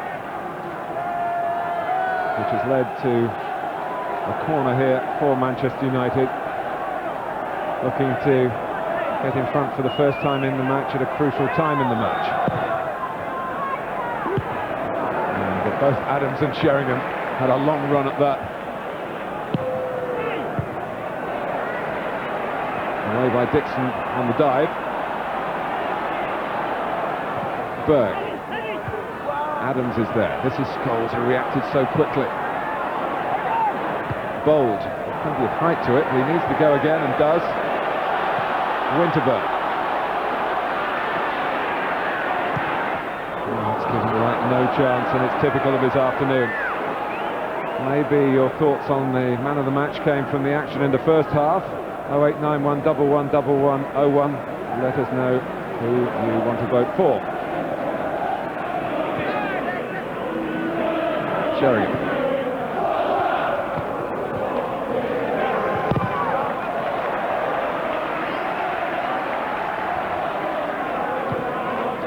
Andy, we said at the start, a must-not-lose match for Arsenal. I think they take this. I think they would have taken this at the beginning of the match. They certainly have taken it at half-time, Martin, and I think they take it now. 2-0 up, Arsene Wenger must have thought, well, wait a minute, never mind the point. We can win this. Parlour. Well, he thinks they can still win it. Ronnie Johnson got to be muffled into the ground as Parlour did what he had to do to take him on, to try and make it difficult for the defender. He certainly did that. Well, we've seen this too few times for Arsenal second half. We can see Johnson just lent into him. Parlour was past him, good pace. He just won there without Bergkamp. Overmars is around the ball, Platt's around the ball. Platt, righty. So one of those days for Ian Wright. He ain't scored against Schmeichel. He might just think, well, why not? Referee, importantly, from the Arsenal viewpoint, getting the ball back. David Platt's had a long run at it, but Wright takes.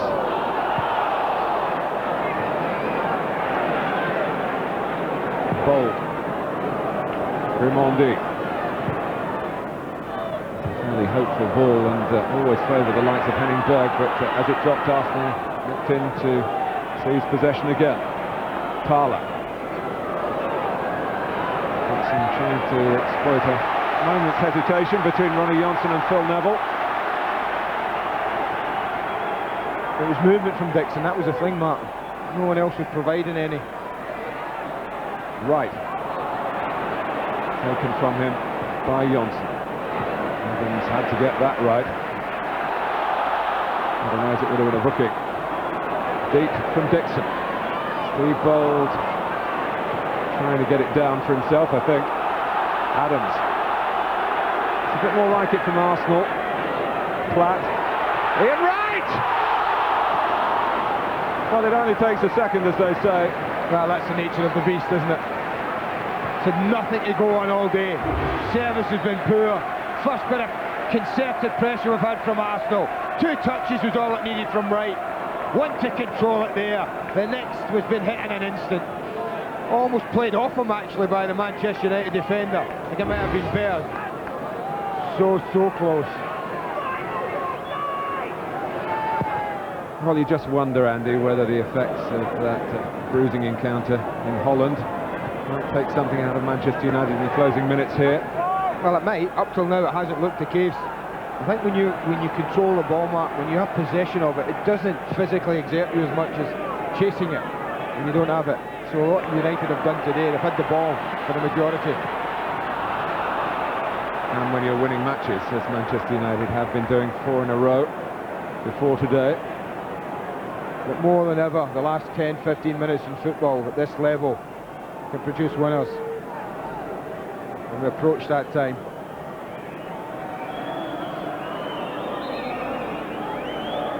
Mark Overmars, who hasn't played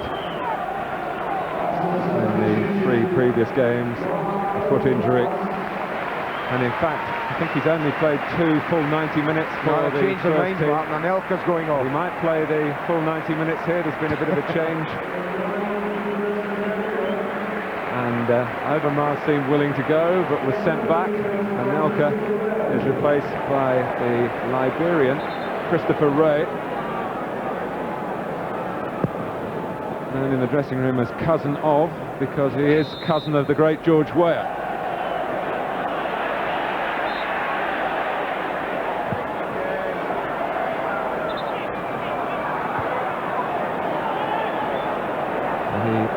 Played in that supposed reserve team in quotes in the Coca-Cola Cup. Cole, stopped by Adams. Solskjaer.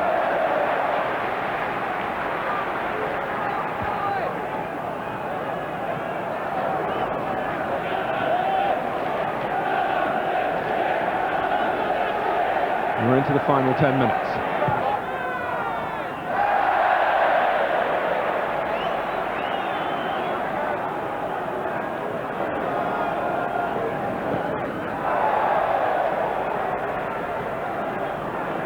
It would be if Manchester United could get another goal, not just the 3 points, the fact that they would have done it from coming from 2-0 down. And to give some agony to Arsenal, who seem to have spent a lot of the time since the Premiership started looking up at Manchester United, with another loan in that respect. Just thinking that.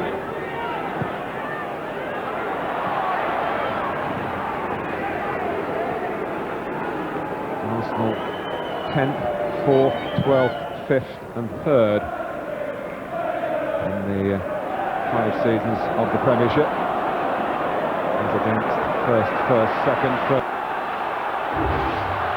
Corner for Arsenal. David Platt on the sidelines for so much of the season is centre stage now. You won't get many better headed goals than that all season. By that I mean you just can't stop it. You've got a man on the post, he can do nothing about it. The quality of the header is absolutely superb. Postage stamp, you just don't save them. Enjoy it. A goal with 8 minutes to go. Can Arsenal hold the lead this time? Scholes. Well, the Schmeichel save seemed so important for Manchester United seconds earlier, but it was just a prelude for David Platt. Well, Fergie will ask questions about how Platt's walked in, Martin, I've no doubt. and been able to get that header unchallenged. But we talked about, you often talk about possession in a match, and what you do with it's important. And this is a game that time and time have said Manchester United have dominated possession of the football. It's the important thing of scoring goals that wins football matches.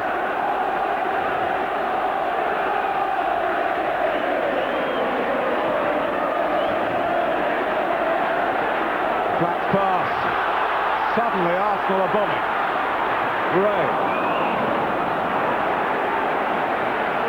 And whereas there were circumstances that mitigated the problems early on for Manchester United, the amount of time for recovery, that's ticking away now.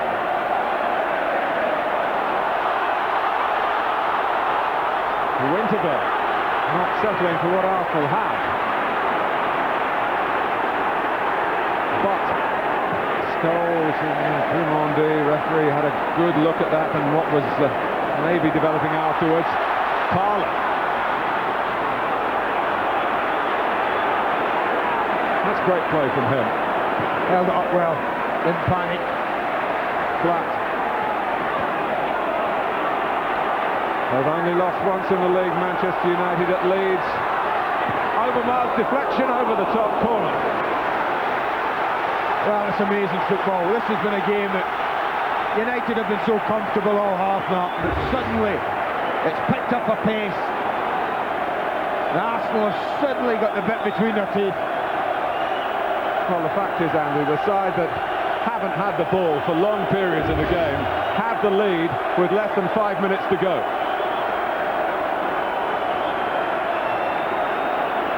Well, they've taken so much time with this. Manchester United players are out. Saying to the referee, I hope you got your watch stopped. Drummond needs attention. They're trying to track the referee. But he wants the corner to be taken. Winterburn prepared to take it. And now can Manchester United exploit the fact that one of Arsenal's defenders is limping quite badly. Certainly Schmeichel wasn't aware of that and kicked it to the other side of the pitch and out of play as well. Well, they're not going to be in a hurry to take anything, Arsenal now.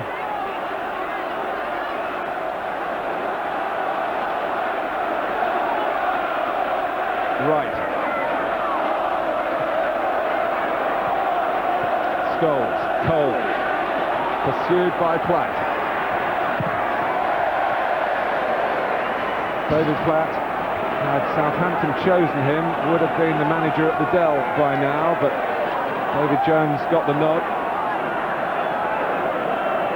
Prepared to stay and fight for a first-team place that's not been easy to come by. If Petit hadn't put his hands on Paul Durkin 2 weeks ago, maybe David Platt wouldn't have been playing in this game. At the moment, he's deciding this game, but only at the moment. But it's Solskjaer.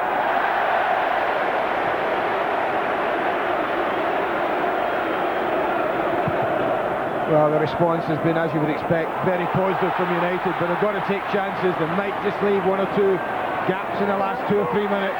A reinvigorated Ian Wright. He's round the back.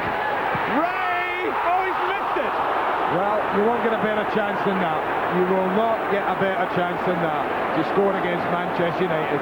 Ian Wright can do no more. This is absolutely brilliant.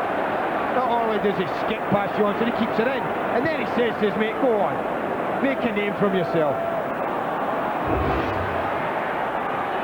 Well, that would have been, even against Manchester United's quality, game, set and match for Arsenal. As it is, the nails are still being bitten by the Arsenal fans.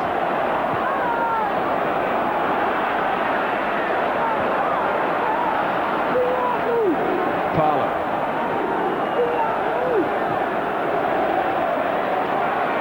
Ray Parlour taking on Manchester United. Ray maybe losing a bit of confidence after what had happened a few seconds earlier. And Beckham trying to stretch Arsenal with the ball towards Cole. 2 minutes to go. Amazing. You mentioned Ray, Chris Ray, Martin. He's been on the pitch, what, 5 minutes or so, 10 minutes? And he's had 2 of the best chances that Arsenal have had. And this is the second of them. I mean, Ian Wright can do no more. He's not under pressure. He just scuffs it. Man of the match, your vote, 0891 111101.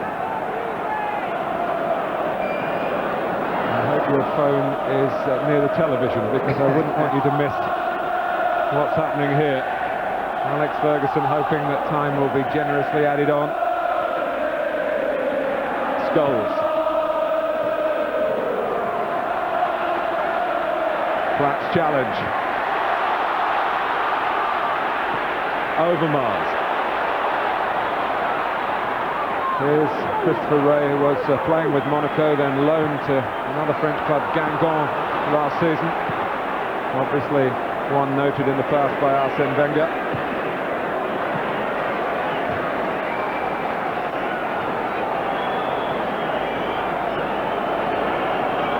Well, he has had 2 defeats out of 2 against Alex Ferguson.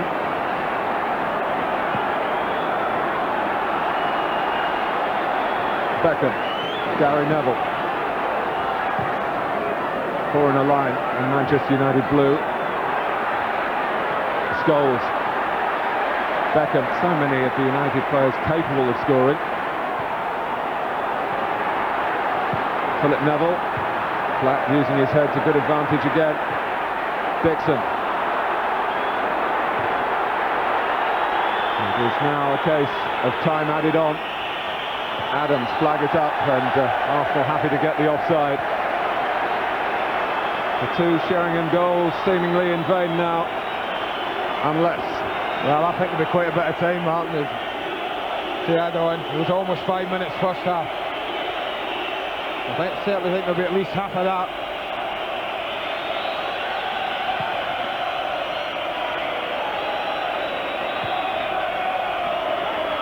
Parlour. Right, and that sort of pressing and battling vital, although as they surrounded him then, Wright felt there was at least 1 foul on him. Arsenal retreat. Well, that would do nicely for Arsenal, wouldn't it? You can't believe that he kicked it like that. No. Normally so assured with his kicking off the ground. And that's what tension does to even the best. Right, and there is tension for Manchester United here. They're on the verge of their 2nd league defeat of the season. Only Arsenal's 2nd win in 13 league meetings with Manchester United. But not yet confirmed. Parlour. Well, let's keep ball if we can. Well, they haven't been able to do it for 90 minutes. How can they do it now? But they're trying, and right. The gap is back to 1 point. Arsenal stop Manchester United pulling away. And David Platt, a Manchester United player a long, long time ago, never in the first team, has scored here to decide an extraordinary encounter. Arsenal were 2 up and then pegged back to 2-2. Should have been 3-2 there. Schmeichel responded in an extraordinary fashion, but then David Platt produced the perfect header. It won the match. A victory flying in the face of recent form, flying in some ways in the face of the territorial nature of the game, because Manchester United had much of the ball. Arsenal have all 3 points. Such a tonic for them. They've beaten the league leaders by 3 goals to 2. And you can feel the tremors all the way down the Premiership. A lot more action still to come tonight on our Free Sports channels.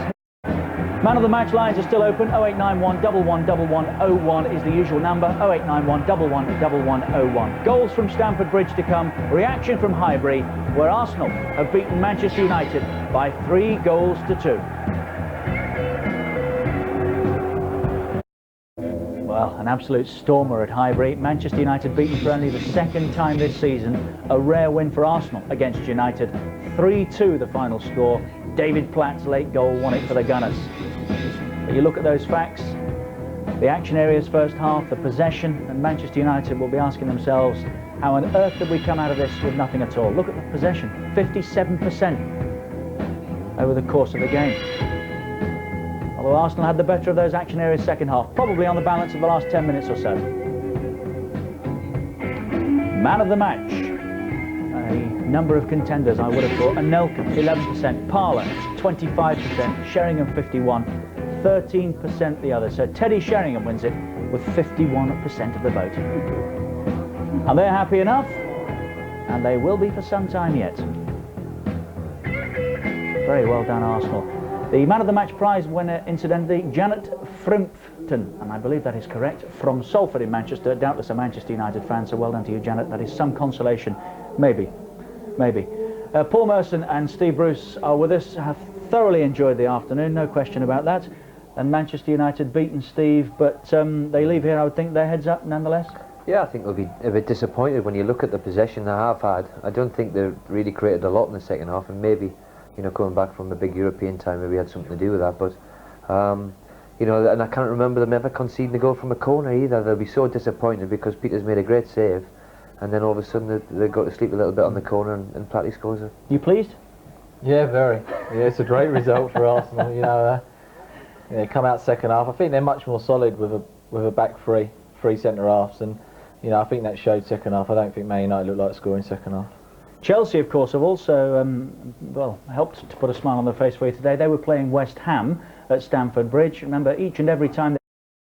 Been a good afternoon for you, hasn't it? Here, Arsenal have beaten Manchester United by 3-2. Incidentally, we understand there has been an arrest for an incident in the first half when Nigel Winterburn was allegedly hit by a coin, and there have been some complaints about Teddy Sheringham's goal celebrations today. Doubtless more on that in the newspapers tomorrow morning. Gary Pallister, as we heard, trapped nerve, but it seems to be a little bit better now, up and about. We understand. So plenty to talk about. Let's look back on a wonderful afternoon's entertainment. This is the story of the game.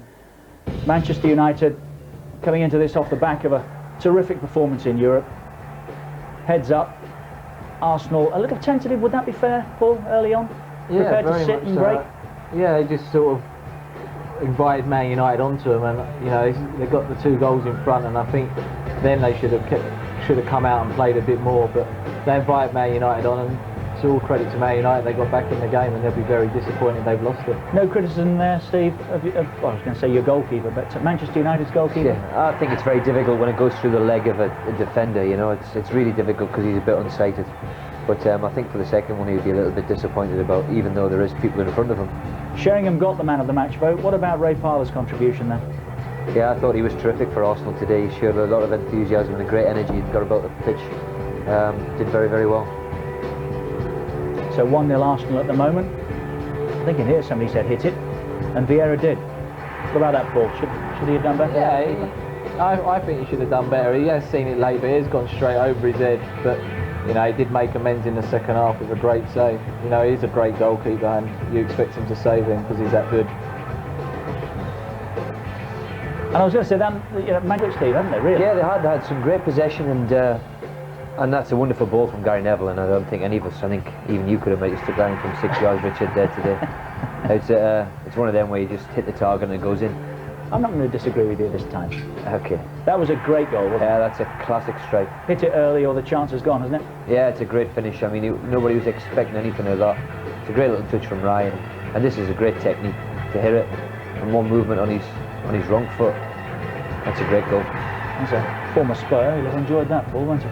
Very much so. Now then, moment there that we were talking about at half-time. You can see Alex Ferguson's reaction to it. Well, I think this just swings the game. If United get the penalty and go 3-2 in front at half-time, it's a totally different complexion, but they haven't got it. Should have had, in your opinion, though, I suspect. Yeah, well, undoubtedly, in my opinion, it was a penalty. Paul? Yeah, I'd expect it. If it was me, I would expect it. Yeah, when you see a couple and his reactions are brilliant. But and then that's score from the corner. That's the disappointing thing. I can't remember United conceding from a corner for a long, long time. What a great header there. He's a great header of the ball, David, and he's got up, and you know, there's even a player on the line that's still gone over him. And really, it should have been 4, because this is, I think they call it a gilt-edged chance, don't they? It's lucky it was 3-2 at the time, Not because half. you know that is a sitter. But you know, right at the end, he's kept running and he's made a great chance. Huge relief, I would have thought, at Highbury. They failed to win these games last year, those that mattered in the chase for the championship against the other contenders, but they've beaten United today. FA Carling Premiership, no change of course at the bottom. Barnsley, Wednesday, Bolton in the drop zone right now. It's at the top that we're really interested in today. From 6 up, Liverpool leads, Chelsea up into 4th on the back of their win today. Blackburn down to 3rd, Arsenal 2nd now, 1 point behind Manchester United. That's how significant the win was. Let's get a word with the match winner, David Platt. He's with George Gavin. David, well played, match winner. Is that a headline you suspected might not be written again about you? No, I mean, at the end of the day, really, I think if we're going to go on and challenge for the championship, then it's the squad that's going to do it. It's been well documented that we've got suspensions and certain injuries, and therefore this is where the squad plays its part. I think we perhaps haven't got the depth that Manchester United have got, and regardless of today's result, I think they're still favourites for the championship. But it was very, very important for us from a psychological point of view coming out of the 3 games that we've just had as well. Having spent most of the season on the bench, was that very frustrating for you? It's not frustrating. Like I say, at the end of the day, we're better equipped this year to compete for the different trophies that we've been involved in. Like I say, we've got a great deal more strength and depth. The gaffer's gone out and he's bought during the summer. At the end of the day, all you can do, you can just wait. Every time I've got on, I feel as though I've played my part, and fortunately enough, a couple of goals are going in as well. Is England out the question, the way you're playing at the moment, if you can keep this up? I think it's a long, long way off, to be perfectly honest. I don't think you should ever say never, but I think my career at international football is probably over now. At 2-2, did you feel a point was good to settle for? I don't think it was ever good to settle for. I think before the game we was looking to take the 3 points because we was playing at home. We was perhaps a little bit fortunate to go 2 goals up. I don't think we was ever at any point during the game 2 goals better than Manchester United.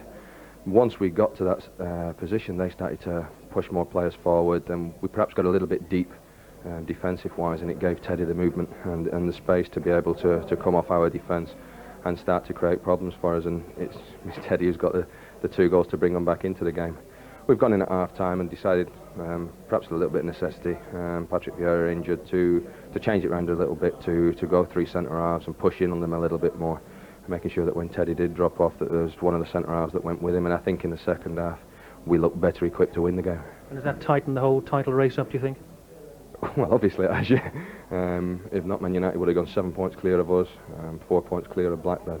But like I say, I think at the end of the day, the rest of us who are challenging up there have got to continue to try and win games, and Man United is still the benchmark. They're still the team that's probably better equipped to win the championship, and still favourites and still top of the league. Well played, David. Thanks very much. Pleasure, thank you. So well played, David Platt, and thanks for talking to us. Paul Merson and Steve Bruce with us. So, I mean, a dismissive postscript to a wonderful England career, that, isn't it? I think it's all over. Stop. Yeah, it is. You know, he has sort of become the forgotten man, and I honestly believe that Arsenal are a better team when David Platt's playing. You know, for a midfield player today, you know, he scores the goal. If Petit and Patrick, to be fair to them, they wouldn't have scored that goal. Have they proved today that they can challenge for this championship? Very much so, because really at the end of the day, it didn't look like winning, and they've won. You know, they've gone 2-0 up, and they've let that slip. And like challengers, they've bounced back and they've won the game. And you know, a lot of teams would have folded when Man United got back into it. And Manchester United, Steve, have they some questions to address, or would they travel north thinking, well, we did everything but win? Yeah, I think they'll be just disappointed. I think what they won't be is that they've conceded 3 goals, and that doesn't happen very often. And you kind of go to games and concede 3, so they'll be disappointed with that. But I think they'll look at it and think, well, how have we not got something out of the game? Particularly when you look at those facts. And at the end of the first half, when they were 2 down, stormed back into a 2-2. Sorry to interrupt. Let's go and grab a quick word with Alex Ferguson. He's with George Gavin. Alex, with the possession you've had, is it hard to believe you've lost that game? Well, the first half I would say so, but I thought the second half, I think we run a bit of steam, to be honest with you, and I didn't think we deserved anything in the second half, to be honest with you. First half played very well, and deserved to go in 2-2. In fact, we should have been in the lead. We should have had a penalty kick. That was a clear penalty kick, and that was a turning point for me. And in this situation, you're hoping a good referee would see these things, but he's a master at not seeing anything. So we have to accept that. But in fairness, I thought Arsenal were the better team in the second half. I thought they deserved the victory, put more into it than us in the sense of they seemed to have more running power in the middle of the second half, and we have no complaints with the result. At 2-2 though, did you think you'd put in the hard work and you were due at least a point? That's a thing you you could look at, I suppose, getting to that point, and then, you know, never went further. But saying that, I think possibly there was maybe we did run out a little bit in steam, and the legs just seemed to go a little, I think. The midfield area, I think, anyway. Alex, do you want to see that penalty claim again? Well, yeah, okay, yeah, I'd love to. What's your thoughts on this? Well, as he played the ball defender, that's for sure. Definite penalty in your book? Oh, aye, what's the penalty, all right. Nothing you can do about it now, though, is there, really? Nothing you can do about it now. It's tightened the whole thing up, hasn't it, at the top of the table, Alex? Yeah, I suppose where all the press were talking about one-horse races and all this, it's not healthy to hear that talk. And now Arsenal have beaten us and they go a point behind us. Then it tightens up the whole week. And it's a good result for Arsenal and a few others. Right, look, Alex, thanks very much. Yeah. I think it's fair to say in defence of Martin Bodnam, he does let most things go most weeks, and usually we're very pleased of that, but not Alex Ferguson today. That's his reaction. We'll get Arsene Wenger's when we come back. He's had some very forthright things to say. Arsenal have beaten Manchester United by 3-2. Still plenty to come on a Super Sunday. In the press conference here, Alex Ferguson's just been asked, where does that leave Manchester United? Answer, top. Shouldn't be forgotten. They have, for all that, gone out a little bit after the defeat here. Arsenal have come in, but they are still odds on to win the Championship again. Since that, of course, the odds on the left, as we said earlier, start of the season odds. And Leeds quoted there in 6th place as well. All right, let's hear from Arsene Wenger. He's with George Gavin. Arsene, was 3 points almost unexpected for you today? Yeah, I would not say unexpected, but we would have been happy with a draw, yes, before the game, because it was important not to lose the game.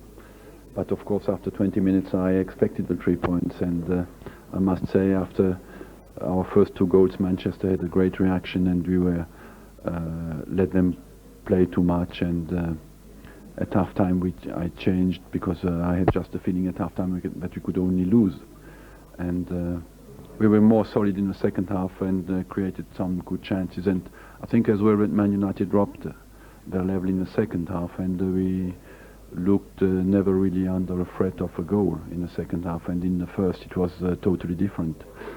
And after that we created some chances, and once again it's an experienced player like David Platt with his second header this season who scores a great goal.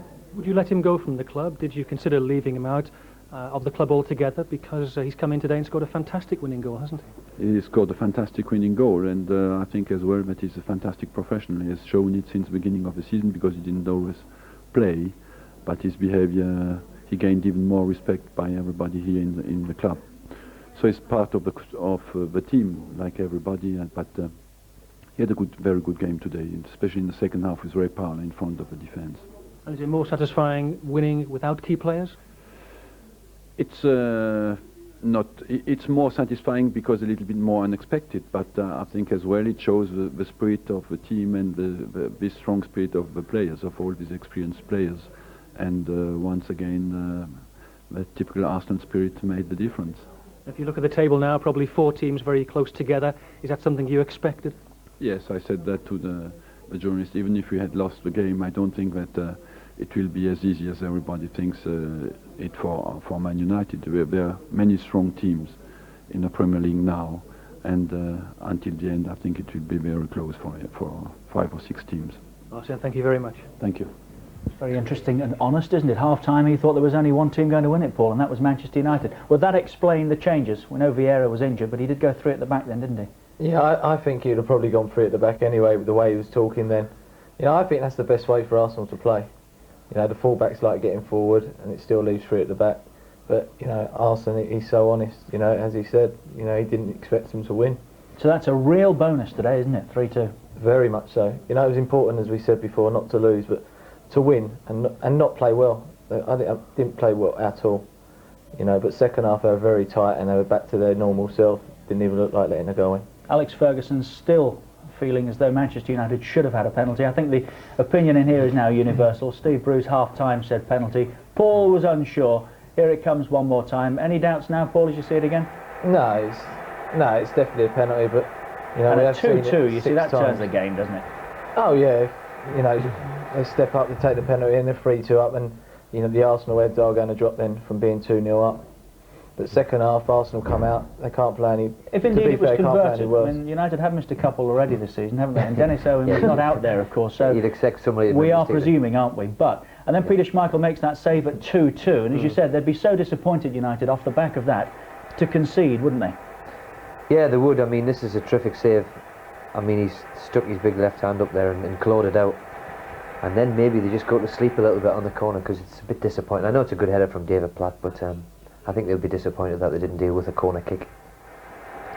And Offensively, terrific.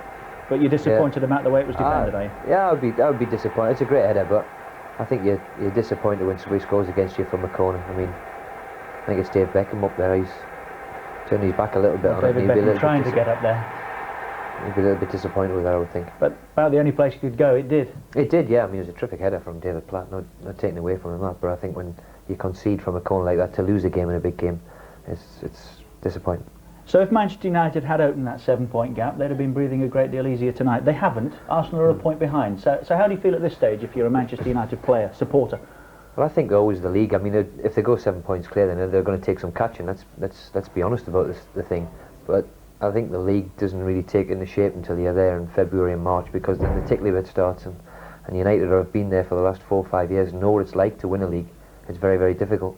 So I think that confidence they've got of winning the league stands them in good stead. But not only are Arsenal pleased tonight, do you think the rest of the Premiership are and should be as well, particularly those challenging? Undoubtedly, the one thing they don't want is United to run away with it. I mean, they'll not wanted 7 points clear.